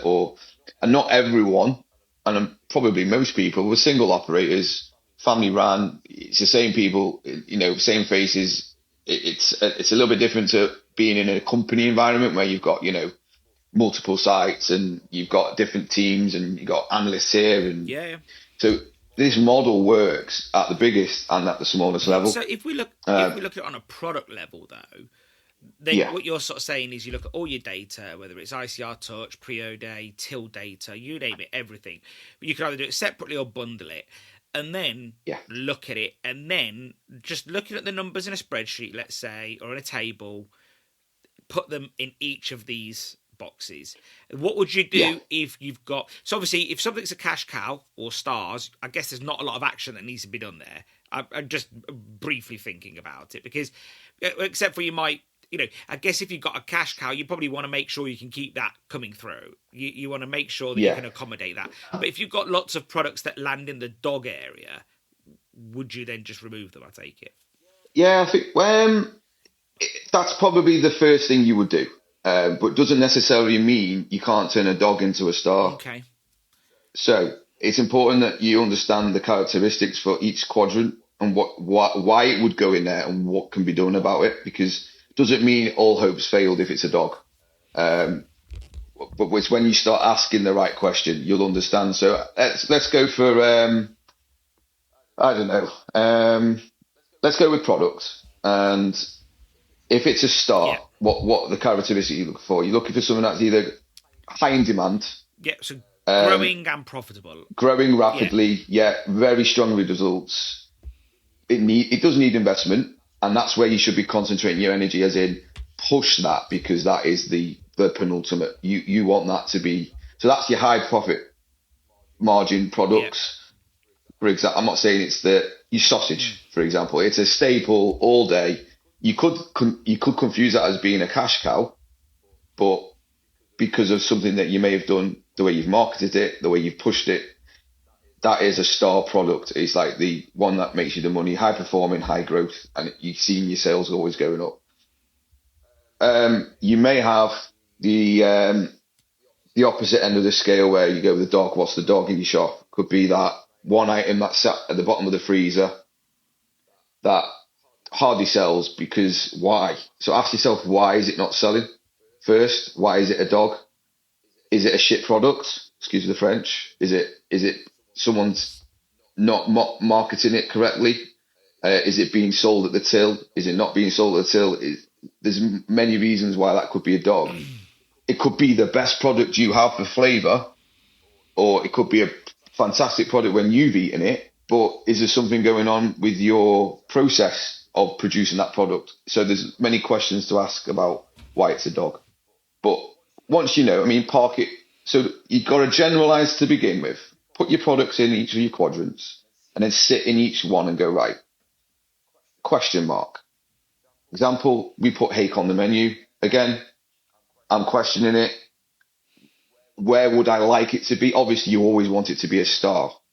But by getting that to a star, what challenges is it going to give you? Are you geared up to then be able to knock that out? So we spoke before about my fridge is going down. We have our section going down. Burgers are popular. I would sit my burgers in a star. But now I'm questioning it because I'm looking at other alternative scenarios of staffing. So when you put something together, you really need to start looking at, is it worth it? Can I move a dog to a star? Can I just simply go, you know what, I think that needs work on. Let's really home in, push it as best as we can, get some proper photography done, get some nice marketing done, bang it out at an introductory price. Then you'll probably move it into the question mark area because you want to then reevaluate that in, say, 6 weeks, 2 months, see where that's going. And then you'll probably then be able to reallocate that back to a star. It could just become a cash cow, something that you're just it's become popular enough to just keep wanting to sell it. Good money, nothing there to really worry about. It's not giving you much stress. Or does it go back to the dog? And then if it does, there yourself, see you later, get it off. What's the best way to say this? How focused you need to be and not emotional. Very. To not, because you're telling yourself that you're wrong. You're evaluating yourself, and our brain doesn't like that. Like I don't, mine don't, yours don't. Like you have to have some discipline that says wherever this lands, you can't just be like, well, I want to not boost my ego, but I don't want to hurt my ego, so I'm going to slip this into cash cow. Although I sell 4 a week and I don't make any profit on them, like you've got to. Who are you pleasing there? Yeah, you've got to look at it. So you could then. If you've got your data there, you could go, well, I've got this one customer who comes in and he's the only one who will buy these regularly. If I took that off, am I risking losing that person? There's only one, you think of him because there's only, And then you think of him, you're getting emotional about it, you're getting and you've got to be really ruthless in some of these decisions, I would say. So a better question maybe to ask is not go, oh, what's working today? Maybe ask, is that still going to work in X amount of time, in a year, in 2 years? What, are you hitting on the actual wave of that product? Is it a lull because, I don't know, you might have something that was there, a competitor opens up near you or has added that recently to their menu, and then all of a sudden, your cash cow being, I don't know, your cod, all of a sudden, the guy down the road's doing it much better than you are, and your cod sales fall down, or your haddock, or whatever that product is, falls, and you go in, hang on a minute, that was a cash cow before. I relied on that all day. Why all of a sudden has that dropped from that, gone into the dog? But if you analysed it on a more frequent basis, you're putting a question mark on that product. So does that move into your question mark box? Yeah. Yeah. It's So interesting because you can literally probably use it for every part of the business. You could probably use it for, and look, I looked at the method, and for me, it very much reminds me of what I sort of discussed in one of the last podcasts, which was going back to first principles. But it's probably a very good, quick way if you get the decision making correctly, and you're not worried about your ego. It's probably a good way to sort of very quickly bundle things into 4 boxes and then set yourself like a system, like you said. You know, if you're going to do this with, I think, how do I say it's like, I guess if you do this process with menu and you remove dogs, then you're sort of making the business more efficient and profitable, I guess. Similar to what we said about Charlie earlier when he got rid of burgers and such and some kebabs. It's uncomfortable to think, though, but some businesses like restaurants or service businesses could probably use this for customers. So you could actually put customers, especially in service industry, where you can absolutely, and you could actually, is this customer causing me a bit too much headache? In some ways, you can do that just by tweaking the menu, because inherently, if someone is coming in once a week for a cheese and onion fry that's been in the freezer for 9 weeks, then I'm giving that as an example. I've got nothing against those products. Like you could see how that is low sale, low profit, and it's a bit of an operational drag because you had to go out the back and get it. So, yeah, I could see how there's some logic to this. Yeah, I mean, if you look at I would probably say the best way to use this is don't worry about everything all at once. Yeah. Start with small biscuit size steps, get used to using it, then start hyper focusing a bit later on, and probably just start with one product, and stick that in and work on that and understand, if I put it in a star, so you can use real life data and then you can use what's called the forecasted data. So you've got your info coming through your EPOS, you can see your numbers, but to challenge the system of this model, you need to then do the forecast and go, well, actually, what if it was in the other box? What happens then? What if that was in the other box? What happens then? And how do I go about moving it to where I want? So create that scenario. Once you get into that method of thinking that way, I think it will definitely help. I'll ask you the question, and you could probably do this a little practical now. If I gave you 100 grand tomorrow, Stel, to invest into your business, where would you put the 100 grand? I would say 100 grand's a good start, but I would say I would probably very quickly it's push on the manufacturer side. I think equipment. I think and then probably staffing after that, just to help support staffing. I think those for me, those 2 key things. Yeah. Yeah. So immediately you've identified 2 key areas in your business that I'd love to expand upon. Yes. Yeah. But if you start putting that data now into this model, although your instincts telling you straight away, once you start breaking it down and going into the strategy of, okay, so if I get this 100 grand, when am I going to get it? How am I going to actually spend this in the areas I need? And does that now give me different alternatives because I've now got a bit more than probably expected?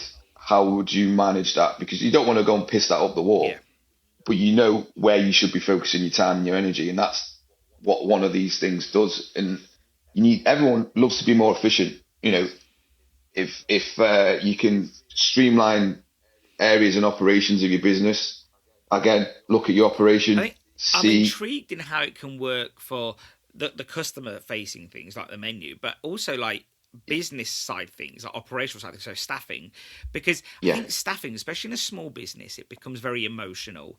Like you work with people a lot, and sometimes the people you get on with the most don't actually work the best. And then I remember this when I was in the chip shop as well. And then sometimes the person that bothers you the most irrationally actually does do the best. Like when you stand back objectively and look at the work being produced.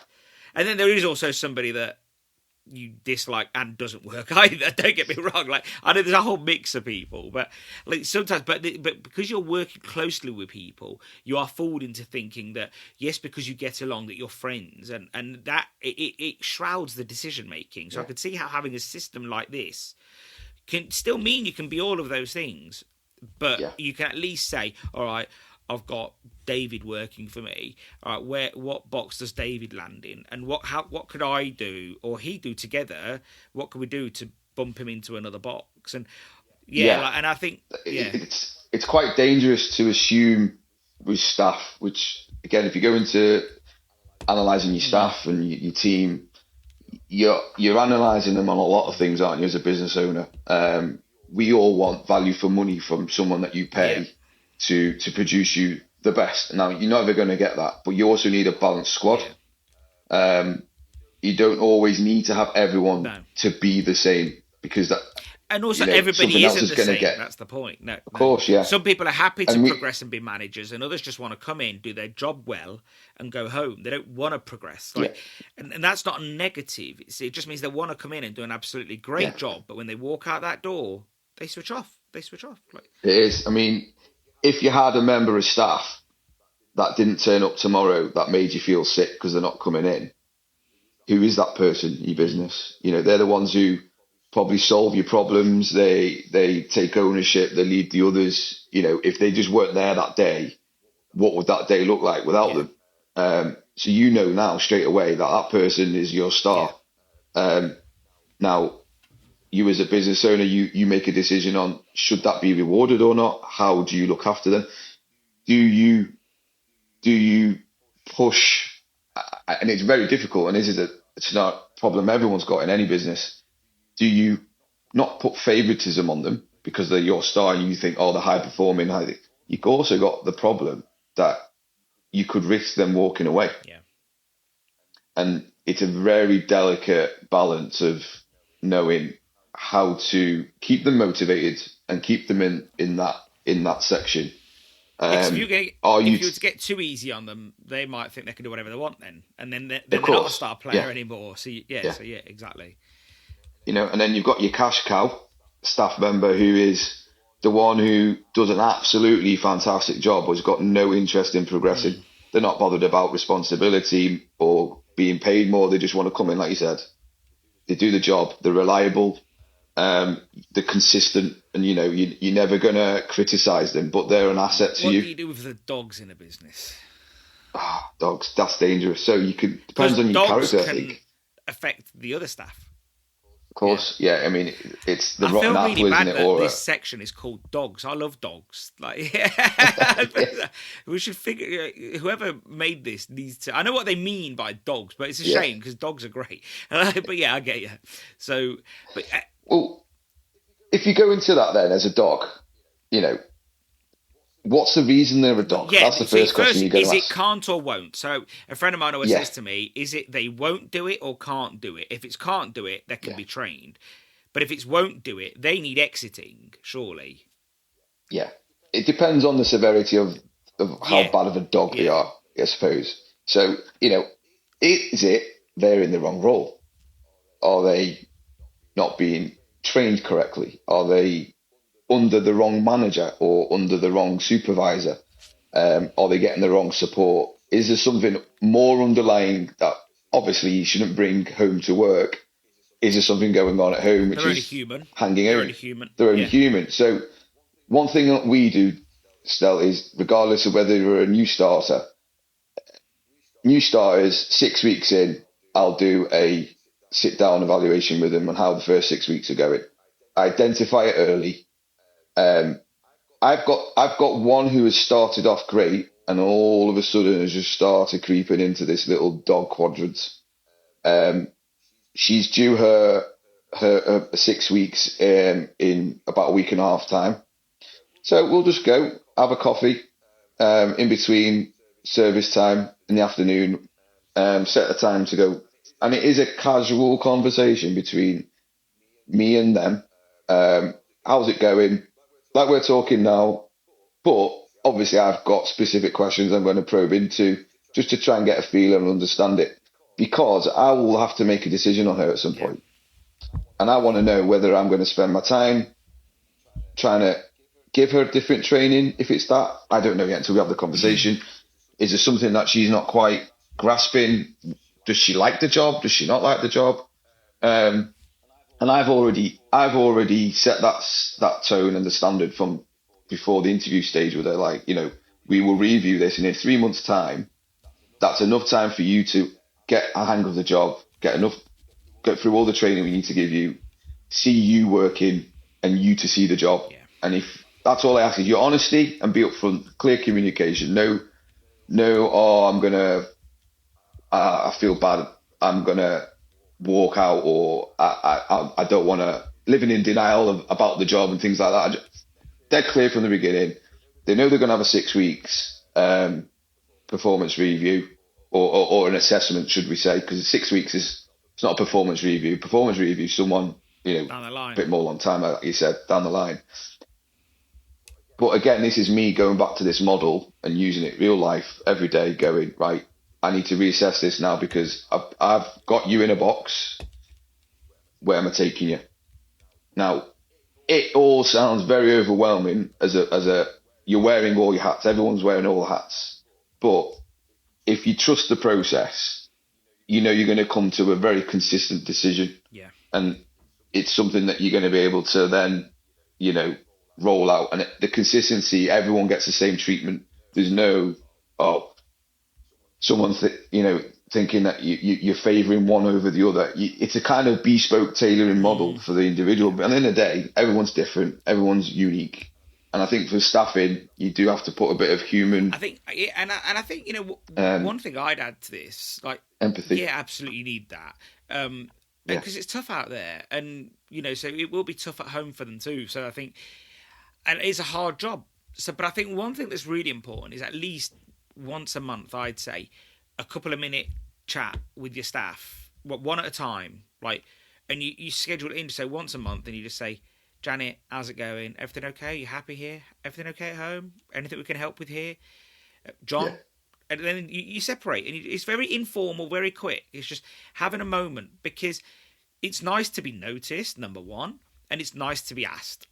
And I think even the worst of staff would not hate that process. Like, it's not... Now, obviously, once a year, if you want to have an appraisal, that's different. Like, then, and I think you should. And I know a lot of shops might think, oh, what the hell? Like, that's a load of crap.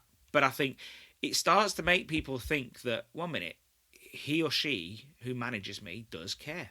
Like, they do care. Yeah. I'm at least going to try to do better and feed things back. And I'm not saying it will always work, but at least you have that opportunity to ask about them, but also reset expectations. I think that's really important. That's my thoughts. I don't know what you think on that. No, I totally agree with you. It is important. I think we oversee it because we're all a little bit bombarded with loads of other things. But you're at the coalface, and like you said, you're wearing 100 different hats. You're self-employed. It's going to happen. And it's not easy out there. I mean, going back to what you asked before, staffing for me this first part of the year has been the worst I've seen it for a long time. You always go through peaks and troughs of having enough staff, too many. At the minute, I've been working on, we tried to get this podcast done, didn't we, back in January. It's now June. And that is the reason that I've just had no time, because staffing has been a bit of a challenge for us. And we're working on skeleton crews sometimes. And, we've got students going off for exams now. That's a big problem for a lot of shops that, a lot of the younger employees, and getting, I mean, it's an economic thing. This is not just our shops and businesses. I think, and this is what, for me, what ties into, and I've got it in one of my notes, is that, and maybe this process could help here, but I think it does tie back to staffing. So it may not sound like it once I open my mouth in a second, but reviewing your menu is pivotal. We're very quick to see something on social media and say, I should add that to the menu. I'll sell loads. And then you add it and you sell 7, but it's took you out completely. But then the harder thing is better reviewing the menu, taking off the 7 things that don't work and freeing up your staff. because that is a key thing. If you've got those staff and they're just super focused on doing the 35 things that work rather than the 7 that don't, it's hard, and it frees them up. And there's nothing more stressful than seeing a queue and you're feeling up against it, and they've had to get sidetracked to go do something that takes 6 minutes, and everyone's huffing and puffing at them. And then you look at the till at the end of the night and think, oh, we sold 8 of those. Was it worth it? Oh, but it looked great on social media. And I think I know they're all interlinked. That's why I've brought it. I've put them together, because it is interlinked. And if staff feel like they're not under the cosh, they feel like they've had a good day at work, a normal day. Like, it's been busy at times, but if they feel like they're getting every day and it's just under the cosh, bosh, it ain't going to be long before they say, you know what, I need a new job. Just because you think they didn't work that hard, that's not their problem. Their problem is they felt like they did work hard, because you control the chaos in the business. And, you know, and I went to a shop recently, and they had, it was like a Tuesday lunchtime. It wasn't that busy, and it was 2 people on the counter and 1 on the fryer, but the menu was so broad, and a customer then ordered something that was left field, let's say, but it was on the menu, so it's their right to order it, and all of a sudden you just see it's like, I can't remember what it was, to be honest, and it was like, I need this, and you could see it was like, shit, and like, he runs out the back to get what he's doing. She's running out the front getting it all prepped. And now from what was just a normal steady lunch with a couple of people in the queue has now become 7 people in the queue. Like 8 people. And they're huffing and puffing and thinking, what's going on here?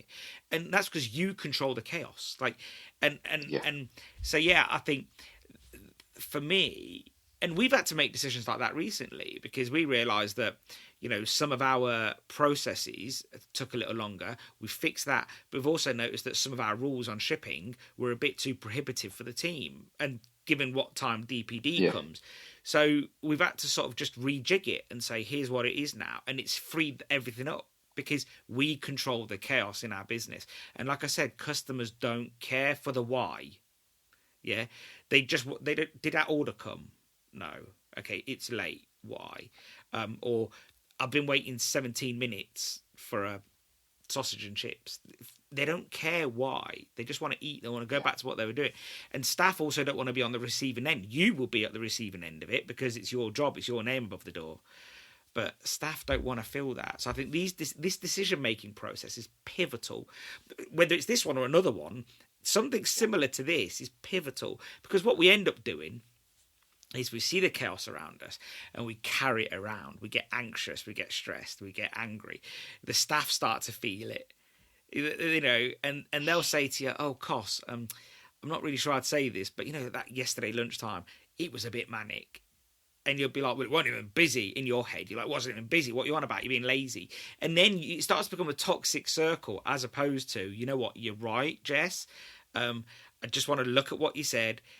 Give me a week, and we're going to have a new system in place, or a new thought process. We'll figure out a way through this. And I think then staff feel valued and customers feel valued, because they're not waiting 17 minutes for a sausage and chips. Like, do you see what I mean? Like, yeah, of course. If it's a valid thing, it should be taken in, because you're going to get people there just making pre-assumed judgments spontaneously, and doesn't necessarily reflect. Well, mistakes maybe a scenario like chaos, that, don't they? So, of course, yeah. And one of the things we're looking at the moment now is, since having obviously all the online and the things at the start of COVID, that obviously for most people who've obviously introduced it and have got it running, it's a great tool. If you are in that chaos and you're seeing that a problem, it's so easy to just fix it, and you can turn an item off. Yeah. It's giving you a problem. Turn it off. It's out of stock today. Doesn't matter. Don't feel as though I'm going to lose a customer or even something like that. Or test it. Yeah. Just test it. Switch it off, like you say, for a week. Just to see say what you've happens, run out of stock. Something. Make up something. You have to say what you're doing. Yeah. You don't have to tell customers, hey, we're testing it, because they don't like being guinea pigs. Yeah. So, you can just... We've done that a lot recently, especially with the fish. And there is some authenticity behind the fact that there's been weeks where we've not carried enough cod and we've had more haddock. But I know most people will come in and go, can I have cod and chips? and it's like, well, today we're only serving the haddock, and I've done it on days deliberately. I've done it on a Friday still. Yeah. I'm not scared to try it. Friday, no one batted an eyelid. Now, what I did do that day, because I was planning it, and I know a lot of people choose not to have it with skin on. I bought all my haddock in that week for to be all skinned, ready, so I didn't have to do it. And I just said to him, "Yeah, listen, it's skinned. Don't have to worry about that. You're gonna love it. It's lovely." They come back in, and I've actually had a few conversions. Yeah, to be fair, that little test proved that you have to be a little bit smart. Think outside the box. Yeah. Try and push it as best as you can. What I'll also do in the show notes, I'll link to the best article I can find on the Boston Matrix, and hopefully a good sort of practical guide. But also, I'd imagine if you've got your data ready and you lob it into ChatGPT and say, "Can you analyze this using the Boston Matrix?" Not that I'm an AI specialist, but I think it should help you get to a better decision. Again, challenge it. It will. Don't just take for what it is. Challenge it. Make sure your data's clean, because again, not all data is clean, and But it's something that anyone can do, and if anyone wants to get in touch and maybe get a conversation going about it or whatever, just feel free to reach out to.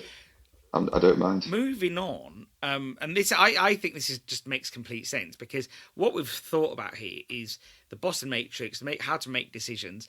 But I think where we've talked about strategic thinking, at some point it has to become numbers and data and how to sort of make those decisions. And we made the calculators, the Ceres Calculator Suite, ages ago, probably about 2 years ago. I say it's ages ago, ain't that long ago. And then recently we just rebuilt them all from top to bottom, completely just rejigged them all, made them better, added a few more. My concern's always been, I think, that when there's no data, we can't even make a decent decision. You can try, you'll make an off-the-cuff one, shoot from the hip, you can go by emotion, but it's not a strong place to work from. Like, it just isn't, like, inherently. And I see a lot of shop owners, and my dad's done it and others have done it, and their first way of thinking, "Oh, should I put my price up?" is pretty much, "Let me just go see what the shop down the road's doing." And they'll get a portion of fish and chips, and they'll get it, and they'll be like, that's their way of thinking. Well, I'm worth 20p, 30p more than this. This was back then. Now it's probably £1 more, let's say. And then I'm in a few chat groups, and someone recently said, "Oh, I'm putting up my prices," and a few other people were like, "Oh yeah, what are you? I should too." And there was no bearing on what their local area was like. It was just based on what someone else had said. And again, we're tying the menu price to the worth of you, the owner. And I think that's wrong. Like, it's not what you're worth, it's what customers are willing to pay, isn't it? So it's scary to think that people react to someone else's decision. Yeah, so quickly. It's no reflection. Exactly. Yeah, very quickly.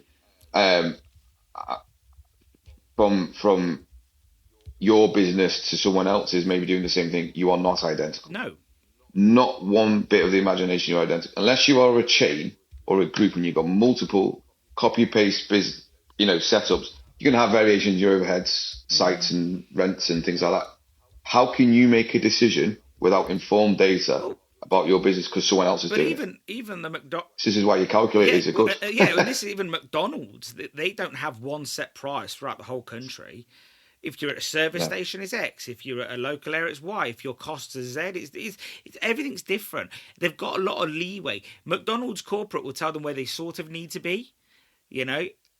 But they've got a framework that works for them, But the calculators for me, like, again, if you're sort of shooting from the hip, so if I went to you and said, "Oh, such and such is doing this," and you'd be like, "Oh, I should be doing that too."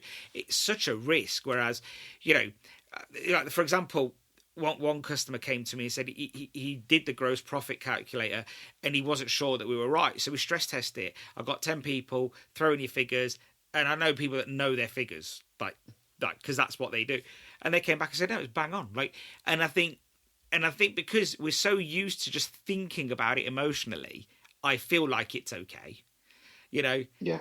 Well, it's doing the exercise, actually doing it, and you can have a brain that gives you some instinct of you roughly know, but sit it down and do it. And I go back to this, what we just discussed, the matrix. Get a piece of paper out and physically do it, because when you start writing stuff down and you start inputting data into your calculators or whatever it is, you will be in for a shock sometimes to what you find. And you probably already know and go, oh, I knew that. But it's a free tool. No, I mean, well, they're all free to have that. Yeah, exactly. Yeah. And I think they do help people. You see it all the time. I think what's the most? I think since the inception, thousands of uses. The gross profit calculator is the biggest used one. Surprisingly, the energy cost percentage that does really well, because obviously you guys' energy is quite prohibitive at the moment, and not as much as it was, but it still is. So yeah, the fish costings. Surprisingly, we've got a very easy chilled fish calculator, fresh fish, whatever you want to call it. I call it chilled, because sometimes you can dispute whether it's fresh, I guess. But like, if you get a 40 count, a lot of people say, oh, it's well easy. But actually, just having that there, and that is one of the most used ones, because you just put in what the count is, 40, 60, 80, usually 40, put in the price, and bop, you've got your number. And I think sometimes on the fly, it just helps, And the frozen at sea fish calculator, that's quite advanced. So I think, labour cost percentage, that is a very American one. Food cost turnover, again, that's quite an American takeaway chain group. They think like that. But the newest one is weekly cash flow snapshot. And that is where you can input lots of costs, put in your turnover, and it will come back with some of that and just tell you what you should be doing. It's like money in, money out. And then it's giving you a breakdown. And you think, how can you run a business when your only hope is maybe seeing the accountant in 8 months' time, who's then going to give you a report in another 6 months' time? Yeah, it's too late to react to anything then. Far too late. Yeah. And I do worry that the majority of the industry still work like that, because if that's how it was, and that doesn't mean that has to be like that forever.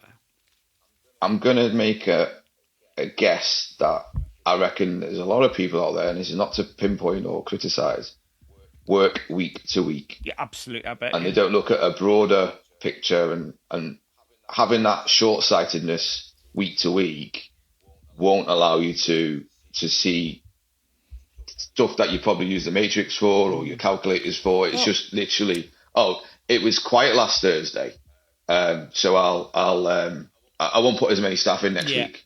And then Thursday next week, you're getting rammed out the door. Your service, I think, quality, everything. So there's reactions to that. And it's like, just because it happened today doesn't mean it's going to happen tomorrow. Is there a pattern over time? Or especially when you don't know why it happened last week. That's the other thing. Like, if you haven't even tried to ask what happened last week, or try to get to the bottom of it, was there a school play on? If you're in a local area, was there something going on with schools? Was there something going on with football? If you're in a small area, it's easier, obviously. But if you're in a city, things get a bit loud. It's hard to figure out what's what. The patterns don't show themselves.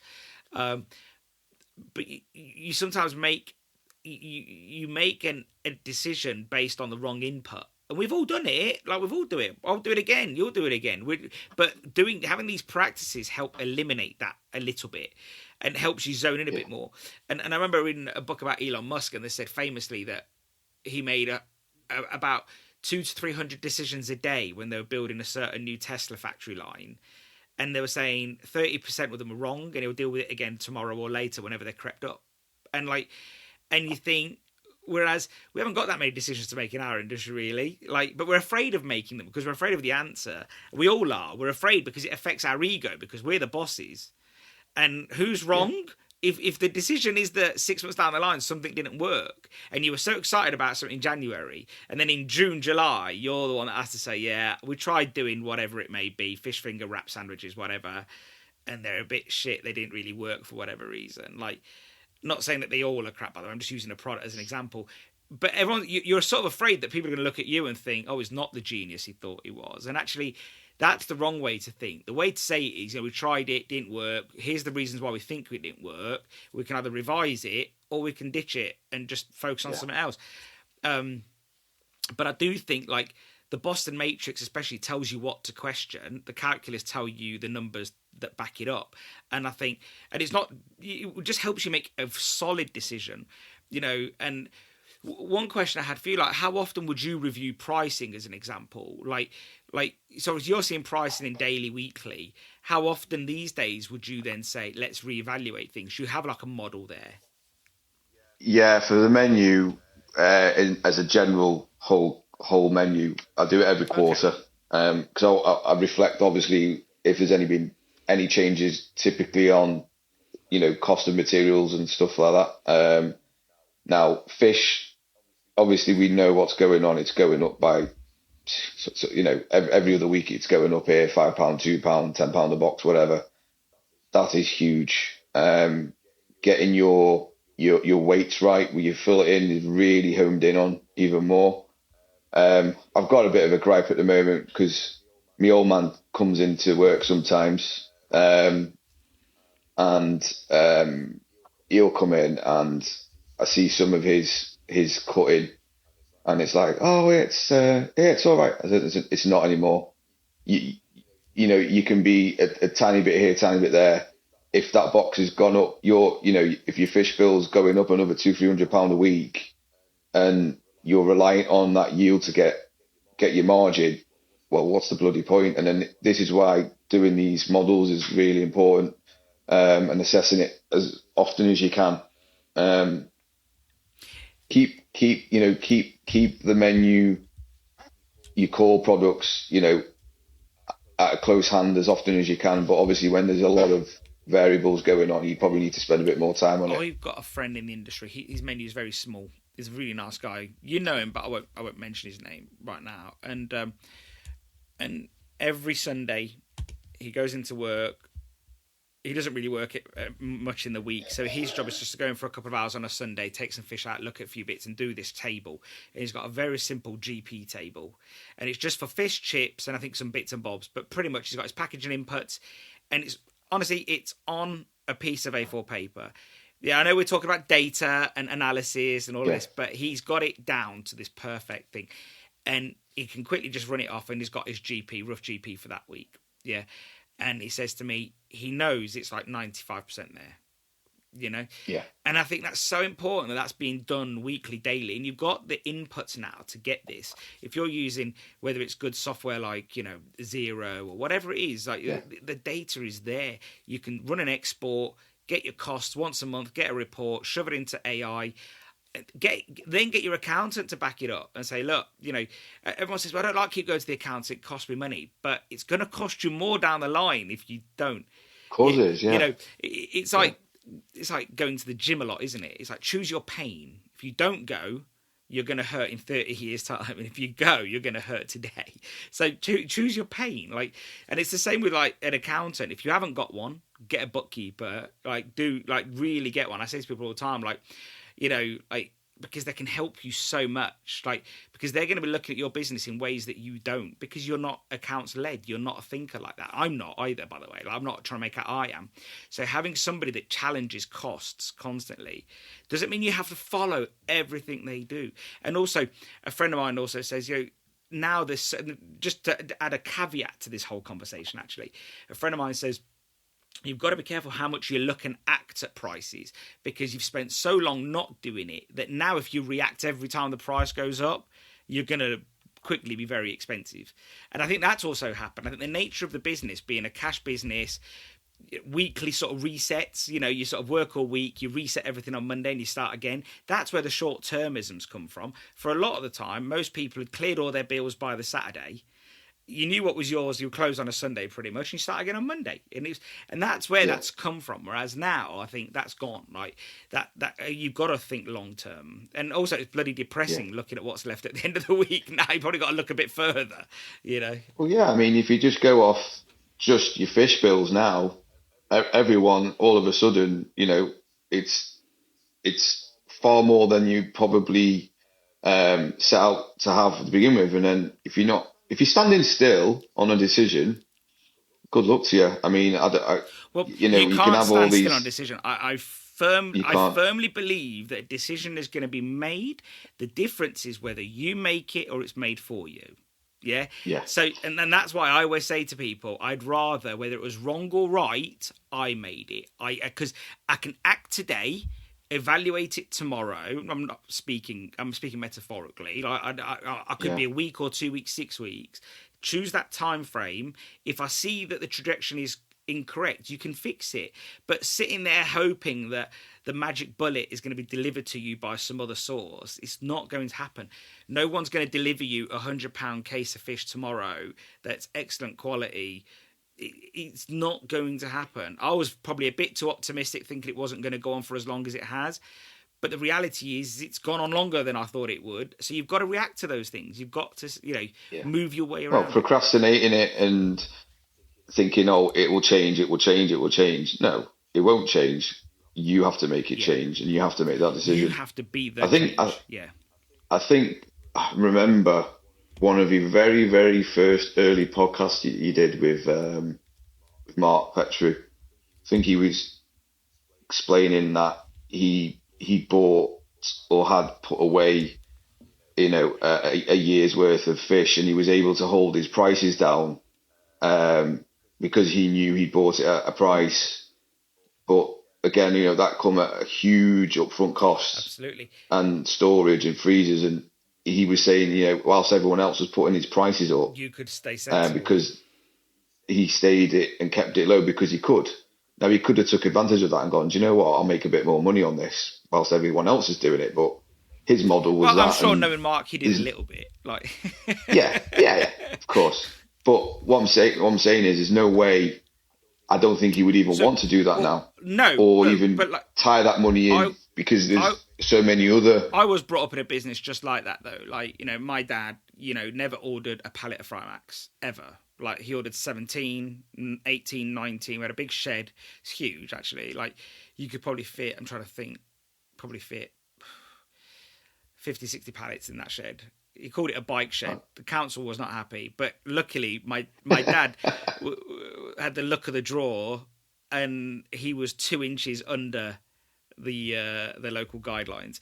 But, they order, like, pallets of Frymax, always have done that much at a time. Fish, yes, they've got 2 or 3 freezers. They're always filling up. They sell a lot of sausage. They always buy a lot of sausages.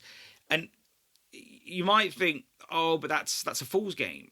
But actually, it's exactly what the likes of McDonald's and KFC doing. They are hedging. Everyone can hedge for their own business.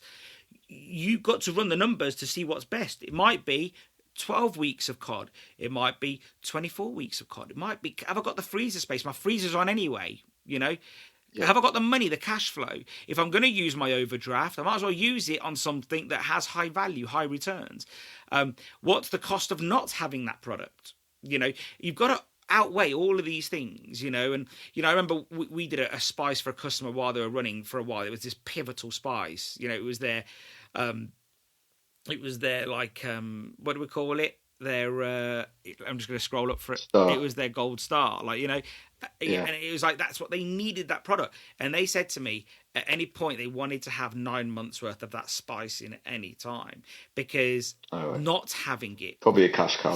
Cash cow, and because not having it was more detrimental to their business. So I think sometimes you've got to look at your business and say, what can I hedge on that can really help me, or help me from just smoothing out the peaks and troughs, because although there's less troughs these days, but like it just helps. You can really go at a different rate, and increasing your prices weekly isn't helpful. Reviewing your prices weekly or reviewing your costs is very helpful. But if you're constantly having to put them up, at some point, you're not going to have no customers left. So hedging really does mean that you can, and it doesn't have to be a year's worth of everybody. Pick your number.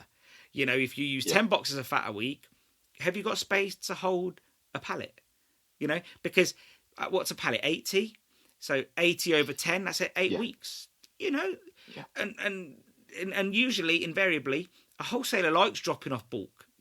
Because if they're going to drive past, it might as well be for £4,000 than 400 quid. Like, so if you can do it, do it. Yeah. Like, and I'm not saying it's good for everybody, because some people don't have space. Some people don't have the money. Like, whatever it may be. But I always say to people, get an overdraft, because you don't know when you're going to need it. And that's the whole point of an overdraft. It's there for that rainy day. For the rainy day, isn't it? Absolutely. Or a situation like that. And you have, something to consider now is there's going to be, I think, coming into play. I think some are already doing it on. There's some surcharging on delivery drops. So you need to hit a minimum spend on your orders, and that always comes and goes. To be fair, and and I'm surprised they don't consistently do it, because, like, pulling the handbrake outside a shop, costs money. And the costs start accumulating before. And now I know a lot of shop owners would just say, well, you're driving past anyway. But it costs money. So I've always wondered that. Yeah, we don't have any costs for shipping. We have a few extra costs if people want to upgrade the service, but we've pretty much built it in. But our model is different. And we've built around a newer model. But that model, if you've got a lorry pulling up, and it's only got goods off one supplier, I'm shocked that it isn't more than a couple of £100, because contrary to popular belief, and I know I've only said it 2 hours in, but I'm going to defend wholesalers or people upstream again, the margins at wholesalers aren't that great. And I know they do well, but they also have turnover, but they also have 20, 30 lorries. So I'm not trying to defend what's upstream. I'm just trying to show the reality. A lot of people might just think, it's all right for T Quality, VA Whitley, insert wholesaler name there. But they also have their costs and their headaches and their considerations. So, yeah, it's always made me think, it has always made me think, like, why isn't there? Because it was a wholesaler that went bust a few years ago that I knew quite well. And he said to me, he goes, they really struggled with implementing a delivery charge. But he said to me, it costs us, this was then, probably pre-COVID, he said it costs us £40 just to pull the handbrake up outside of a shop. Those costs are probably broken, outdated, you name it. Yeah. But the point is that if it's costing you that to get there, then something's wrong. And you're not charging for it. Or you can't also charge more for the product. So, yeah. But ultimately, buying more will always put you in a better position with a wholesaler. So, if you're buying, 20 cases a week of fish and chip boxes. But if you said to him, hey, John, if I bought 6 months worth in one go, and I don't know if your guy's called John, I'm just making it up, but if you said to him, could I buy 6 months in one go, would that help you get it out your space and blah, blah, blah? They might say, yeah. And they might say, you know what, if you do that, I might be able to trim a bit off here and there. Invariably, that is a conversation that is going to happen. Of course it is. So, we get, sometimes people say to us, how comes the discount only applies on the website to people that buy more? And I was like, because the costs of shipping drop exponentially once you add more to the order. So, we can't really give a discount to those buying one box of something, one item of something. But if you buy 2 cases, 4 cases, 6 cases, the delivery costs start to fall. So it makes sense for us. So we pass the saving where we can. No, it's important. I think if you look at the other side of what you set out to do, I mean, there's so many variations, isn't there, on we're talking fish and chips, so different fish and chip shops, and what are they all offering? Why are they all different? What are the variables? And I think if you look at a model of, put a trilogy of service, price, and quality, and score it out of 10 in each section, create yourself a little chart, and look where the concentrated focus is. Because you can only ever be 2. I mean, you can try to be all 3, but you'll find in reality you probably won't be able to achieve 10 out of 10 in all 3. You want to push it to that, and I think once you can identify that, it ties into what you're saying. Knowing your costs. Are you focusing on service and quality? And I think that those 3 questions you're asking as well, that helps people form the difference between being cheap, expensive versus value for money. So chances are you're not too expensive. The ceiling price you think you have is in your head, nobody else's. And even if it is there, you still need to break past it, because if that's what your operational constraints are, you need to push past it or find efficiencies elsewhere. Then that's fine too. Sometimes you can be too cheap. That is true too, but that doesn't also mean you're not making money if you're really efficient. Yeah. So there's so many things you've got to constantly look at. I think a lot of people just make it black and white, too cheap, too expensive. Whereas actually what you're saying there is that's calculating value for money. course. don't ever worry about the ceiling price. I'm utterly convinced that is a fiction in our head. Yeah, and I'm sure there is to some degree, but we probably haven't got close to it. Yeah, I think what's going on in general, and it's not pointing fingers in any direction, there's been too much emphasis on price, far too much. It's in the media, and it's a bit of scaremongering. And I think it puts that fear in our head, and we think there's a ceiling price. You know your market, you should know your area. Obviously, I couldn't go and sell my product in a council estate where people on lower incomes and things like that. The way I do it, I would tailor it for that. But there is a point of like, obviously, if, for example, cod is becoming very premium, I feel for them shops in them areas, they're going to struggle to sell it because they're not going to make the money. And go back to a model, reevaluate your menu, look at what you're buying and make a decision at the end of the day. It's hard. It's a hard challenge. Everything is difficult at the minute for everyone. We chose to be in business, which makes it hard. Exactly. And look, my dad and your dad probably had it easy back in their day to some degree. I remember my dad used to put up prices once a year because he felt like it. Like nothing made him had to put prices up. It's just like, you know what, shall I? And that tells you the failure in the system to some degree in the UK is that, well, actually, it wasn't just the UK. It was probably UK, Europe for the last 25 years. Is that things were suppressed for such a long time. I think now it's also wrong, but I think things were so suppressed for such a long time. If you look at everything that we've all got is a mobile phone, yeah, and you get your offer. Well, let's just say you've got a phone with a data package, you go into the shop and you go, I know I'm going to get that for 60 quid a month, whatever it is. Yeah. You might keep your phone longer. You might just renew your tariff. If you read the terms and conditions in there, you know you're signing into a 2-year, 3-year, 4-year deal. And it will tell you, black and white, every year we will increase based on the rate of inflation, whatever it is. But you haven't questioned in 3 years' time, what's my situation going to be able to pay that then? You just buy it because there and then the price now suits you there and then. And it goes up every year, and you don't even question it. Yeah. Now, why is that? Is that because it goes out your bank as a direct debit? Your heart, you don't see it. Yeah. You don't physically something that it's a back burner, if you like, isn't it? It's there. You're paying it. It goes out. But when it comes to food, if you went into you said, I'm only going to buy from this shop for the next 3 years. Are you going to question whether he puts his price up every year? You're probably not. No, I'm not. And I think you should do that because but I'm also not, naturally everything's go up. I'm also not convinced most customers know. We tell them and then they know. Yeah. And if you're putting a sign up in your shop saying, by the way, I'm putting up prices up, did they know before that? Yeah. The answer is no, they didn't know. Like, we tell them. And then the problem is, and this is, I see it. I'm going to finish on this, but I saw a shop the other day on Facebook, and he goes, due to blah blah blah demand, we're putting up prices.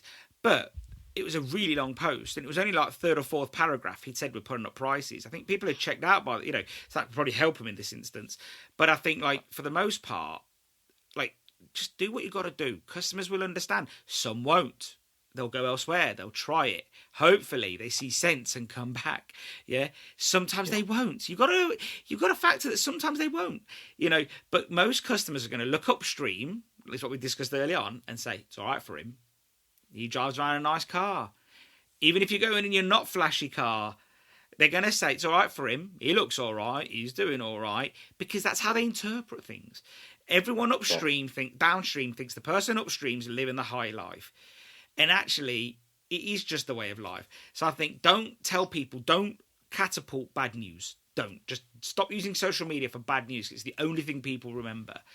Try to be positive and just try to focus on how... You know what? I think sometimes we don't focus enough on the feeling. So fish and chip shops should remind people how great they feel after eating great fish and chips, rather than all the technicalities and boring things. I don't think most people care whether it came from the Barents Sea, whether it came from Iceland, whether the potatoes came from wherever. I think some might, but for the most part, they just want it to taste bloody good and not cost them the absolute earth. And they don't want to feel guilty. No one likes eating anything where they feel guilty. That logic of, well, if I make them feel guilty, they'll feel good for me. No, they don't care. They care about when they get home and they've got an electric bill and a gas bill, and are they going to have a job tomorrow? Yeah. That's what they care about. Of course, your needs and theirs aren't aligned. Yeah, all that stuff there.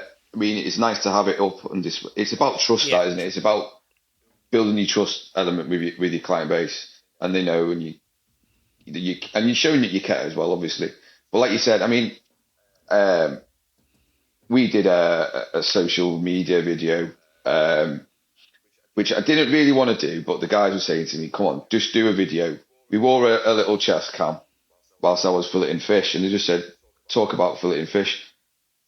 I used a GoPro, and the lighting on that pretty awful, and because they compressed the video as well when you put it online, the quality didn't actually come across as I would have liked it. But it was just more for a bit of visual and a bit of content, and it's actually done really well online. It wasn't something I was expecting, and it's obviously caught the attention to a lot of people. And there's been some bullshit comments on there. People, "Oh, what's this? Why is that? And that doesn't look very good," and all this. And we had so here's another funny story. I'll probably finish off on. We have a comment on this post, and it was someone who was very arrogant about the whole thing, and he was just like, "Oh, what a load of bullshit! Just fry the bastard thing and shut up and stop putting shit out like this." I was like, "All right, mate, whatever you want. I will never respond to anything like that." And to be honest, it got removed because it was foul. Foul and offensive, whatever it did. But I saw the comment and I just thought, you know what? I'd love to see what type of business he's running if that's his attitude, because ultimately, every day bread and butter is get that, sort it, get it fried and send it out. I get his point of view, but if his attitude was that, and I'm thinking, you don't respect what's in front of you, being that you're paying premium money now for something which is basically like gold, and if you're not putting any care or effort or any TLC into that, what are you doing it for? You might as well just go and fish a goldfish out the pond and fry that, if that's your attitude. What we don't know is probably what he's going through, and maybe he's just a grumpy twat. Maybe he's like 60 and doesn't. Probably. And he just like, why does everyone need to do a video these days? Which is probably what most. Yeah, I get that. But on the whole, I think we have to remember our intentions are only aligned for a certain amount of time. Yeah. So for you and this guy, it's whilst he's in your shop buying your fish and chips for him to go home and eat. When they're eaten, for the most part, your intentions are aligned for about another half hour, but then he's moving on to what's on telly, what am I watching? And yours are, who are the other customers? I need to look after them. So I think, let's not think that our intentions are aligned forever. Like, I've got people that I've sold batter to that I've gotten really well with at the time. I haven't spoken to them for ages because they've sold up and moved on. If I see them, how's it going? But our intention, everyone's intentions move on. They don't last forever. Doesn't mean anything negative, but we can't stay in people's heads forever, I think. And that's the key. No. But on that note, we've gone over, and I think we wanted to talk loads last time. And I only set aside 90 minutes for this one, but we've gone over, which is great. It's been lots of great content, though. We will have to probably get you again on another day, though, Cos, because I think we always leave it, and there's so much more that we want to talk about. We probably will get you on as part of a round table as well. But look, Cos, on that note, it's been amazing. Thank you for your time. Anybody that wants to learn more about the Boston Matrix, I'm going to put some notes. And like Cos said, if anybody wants to get in touch, just get in touch with me, and I'll put you in touch with him. And that'd be great. Thank you for your time, man. Yeah, we'll catch up soon. You'll be good. Look forward to it. Take it easy.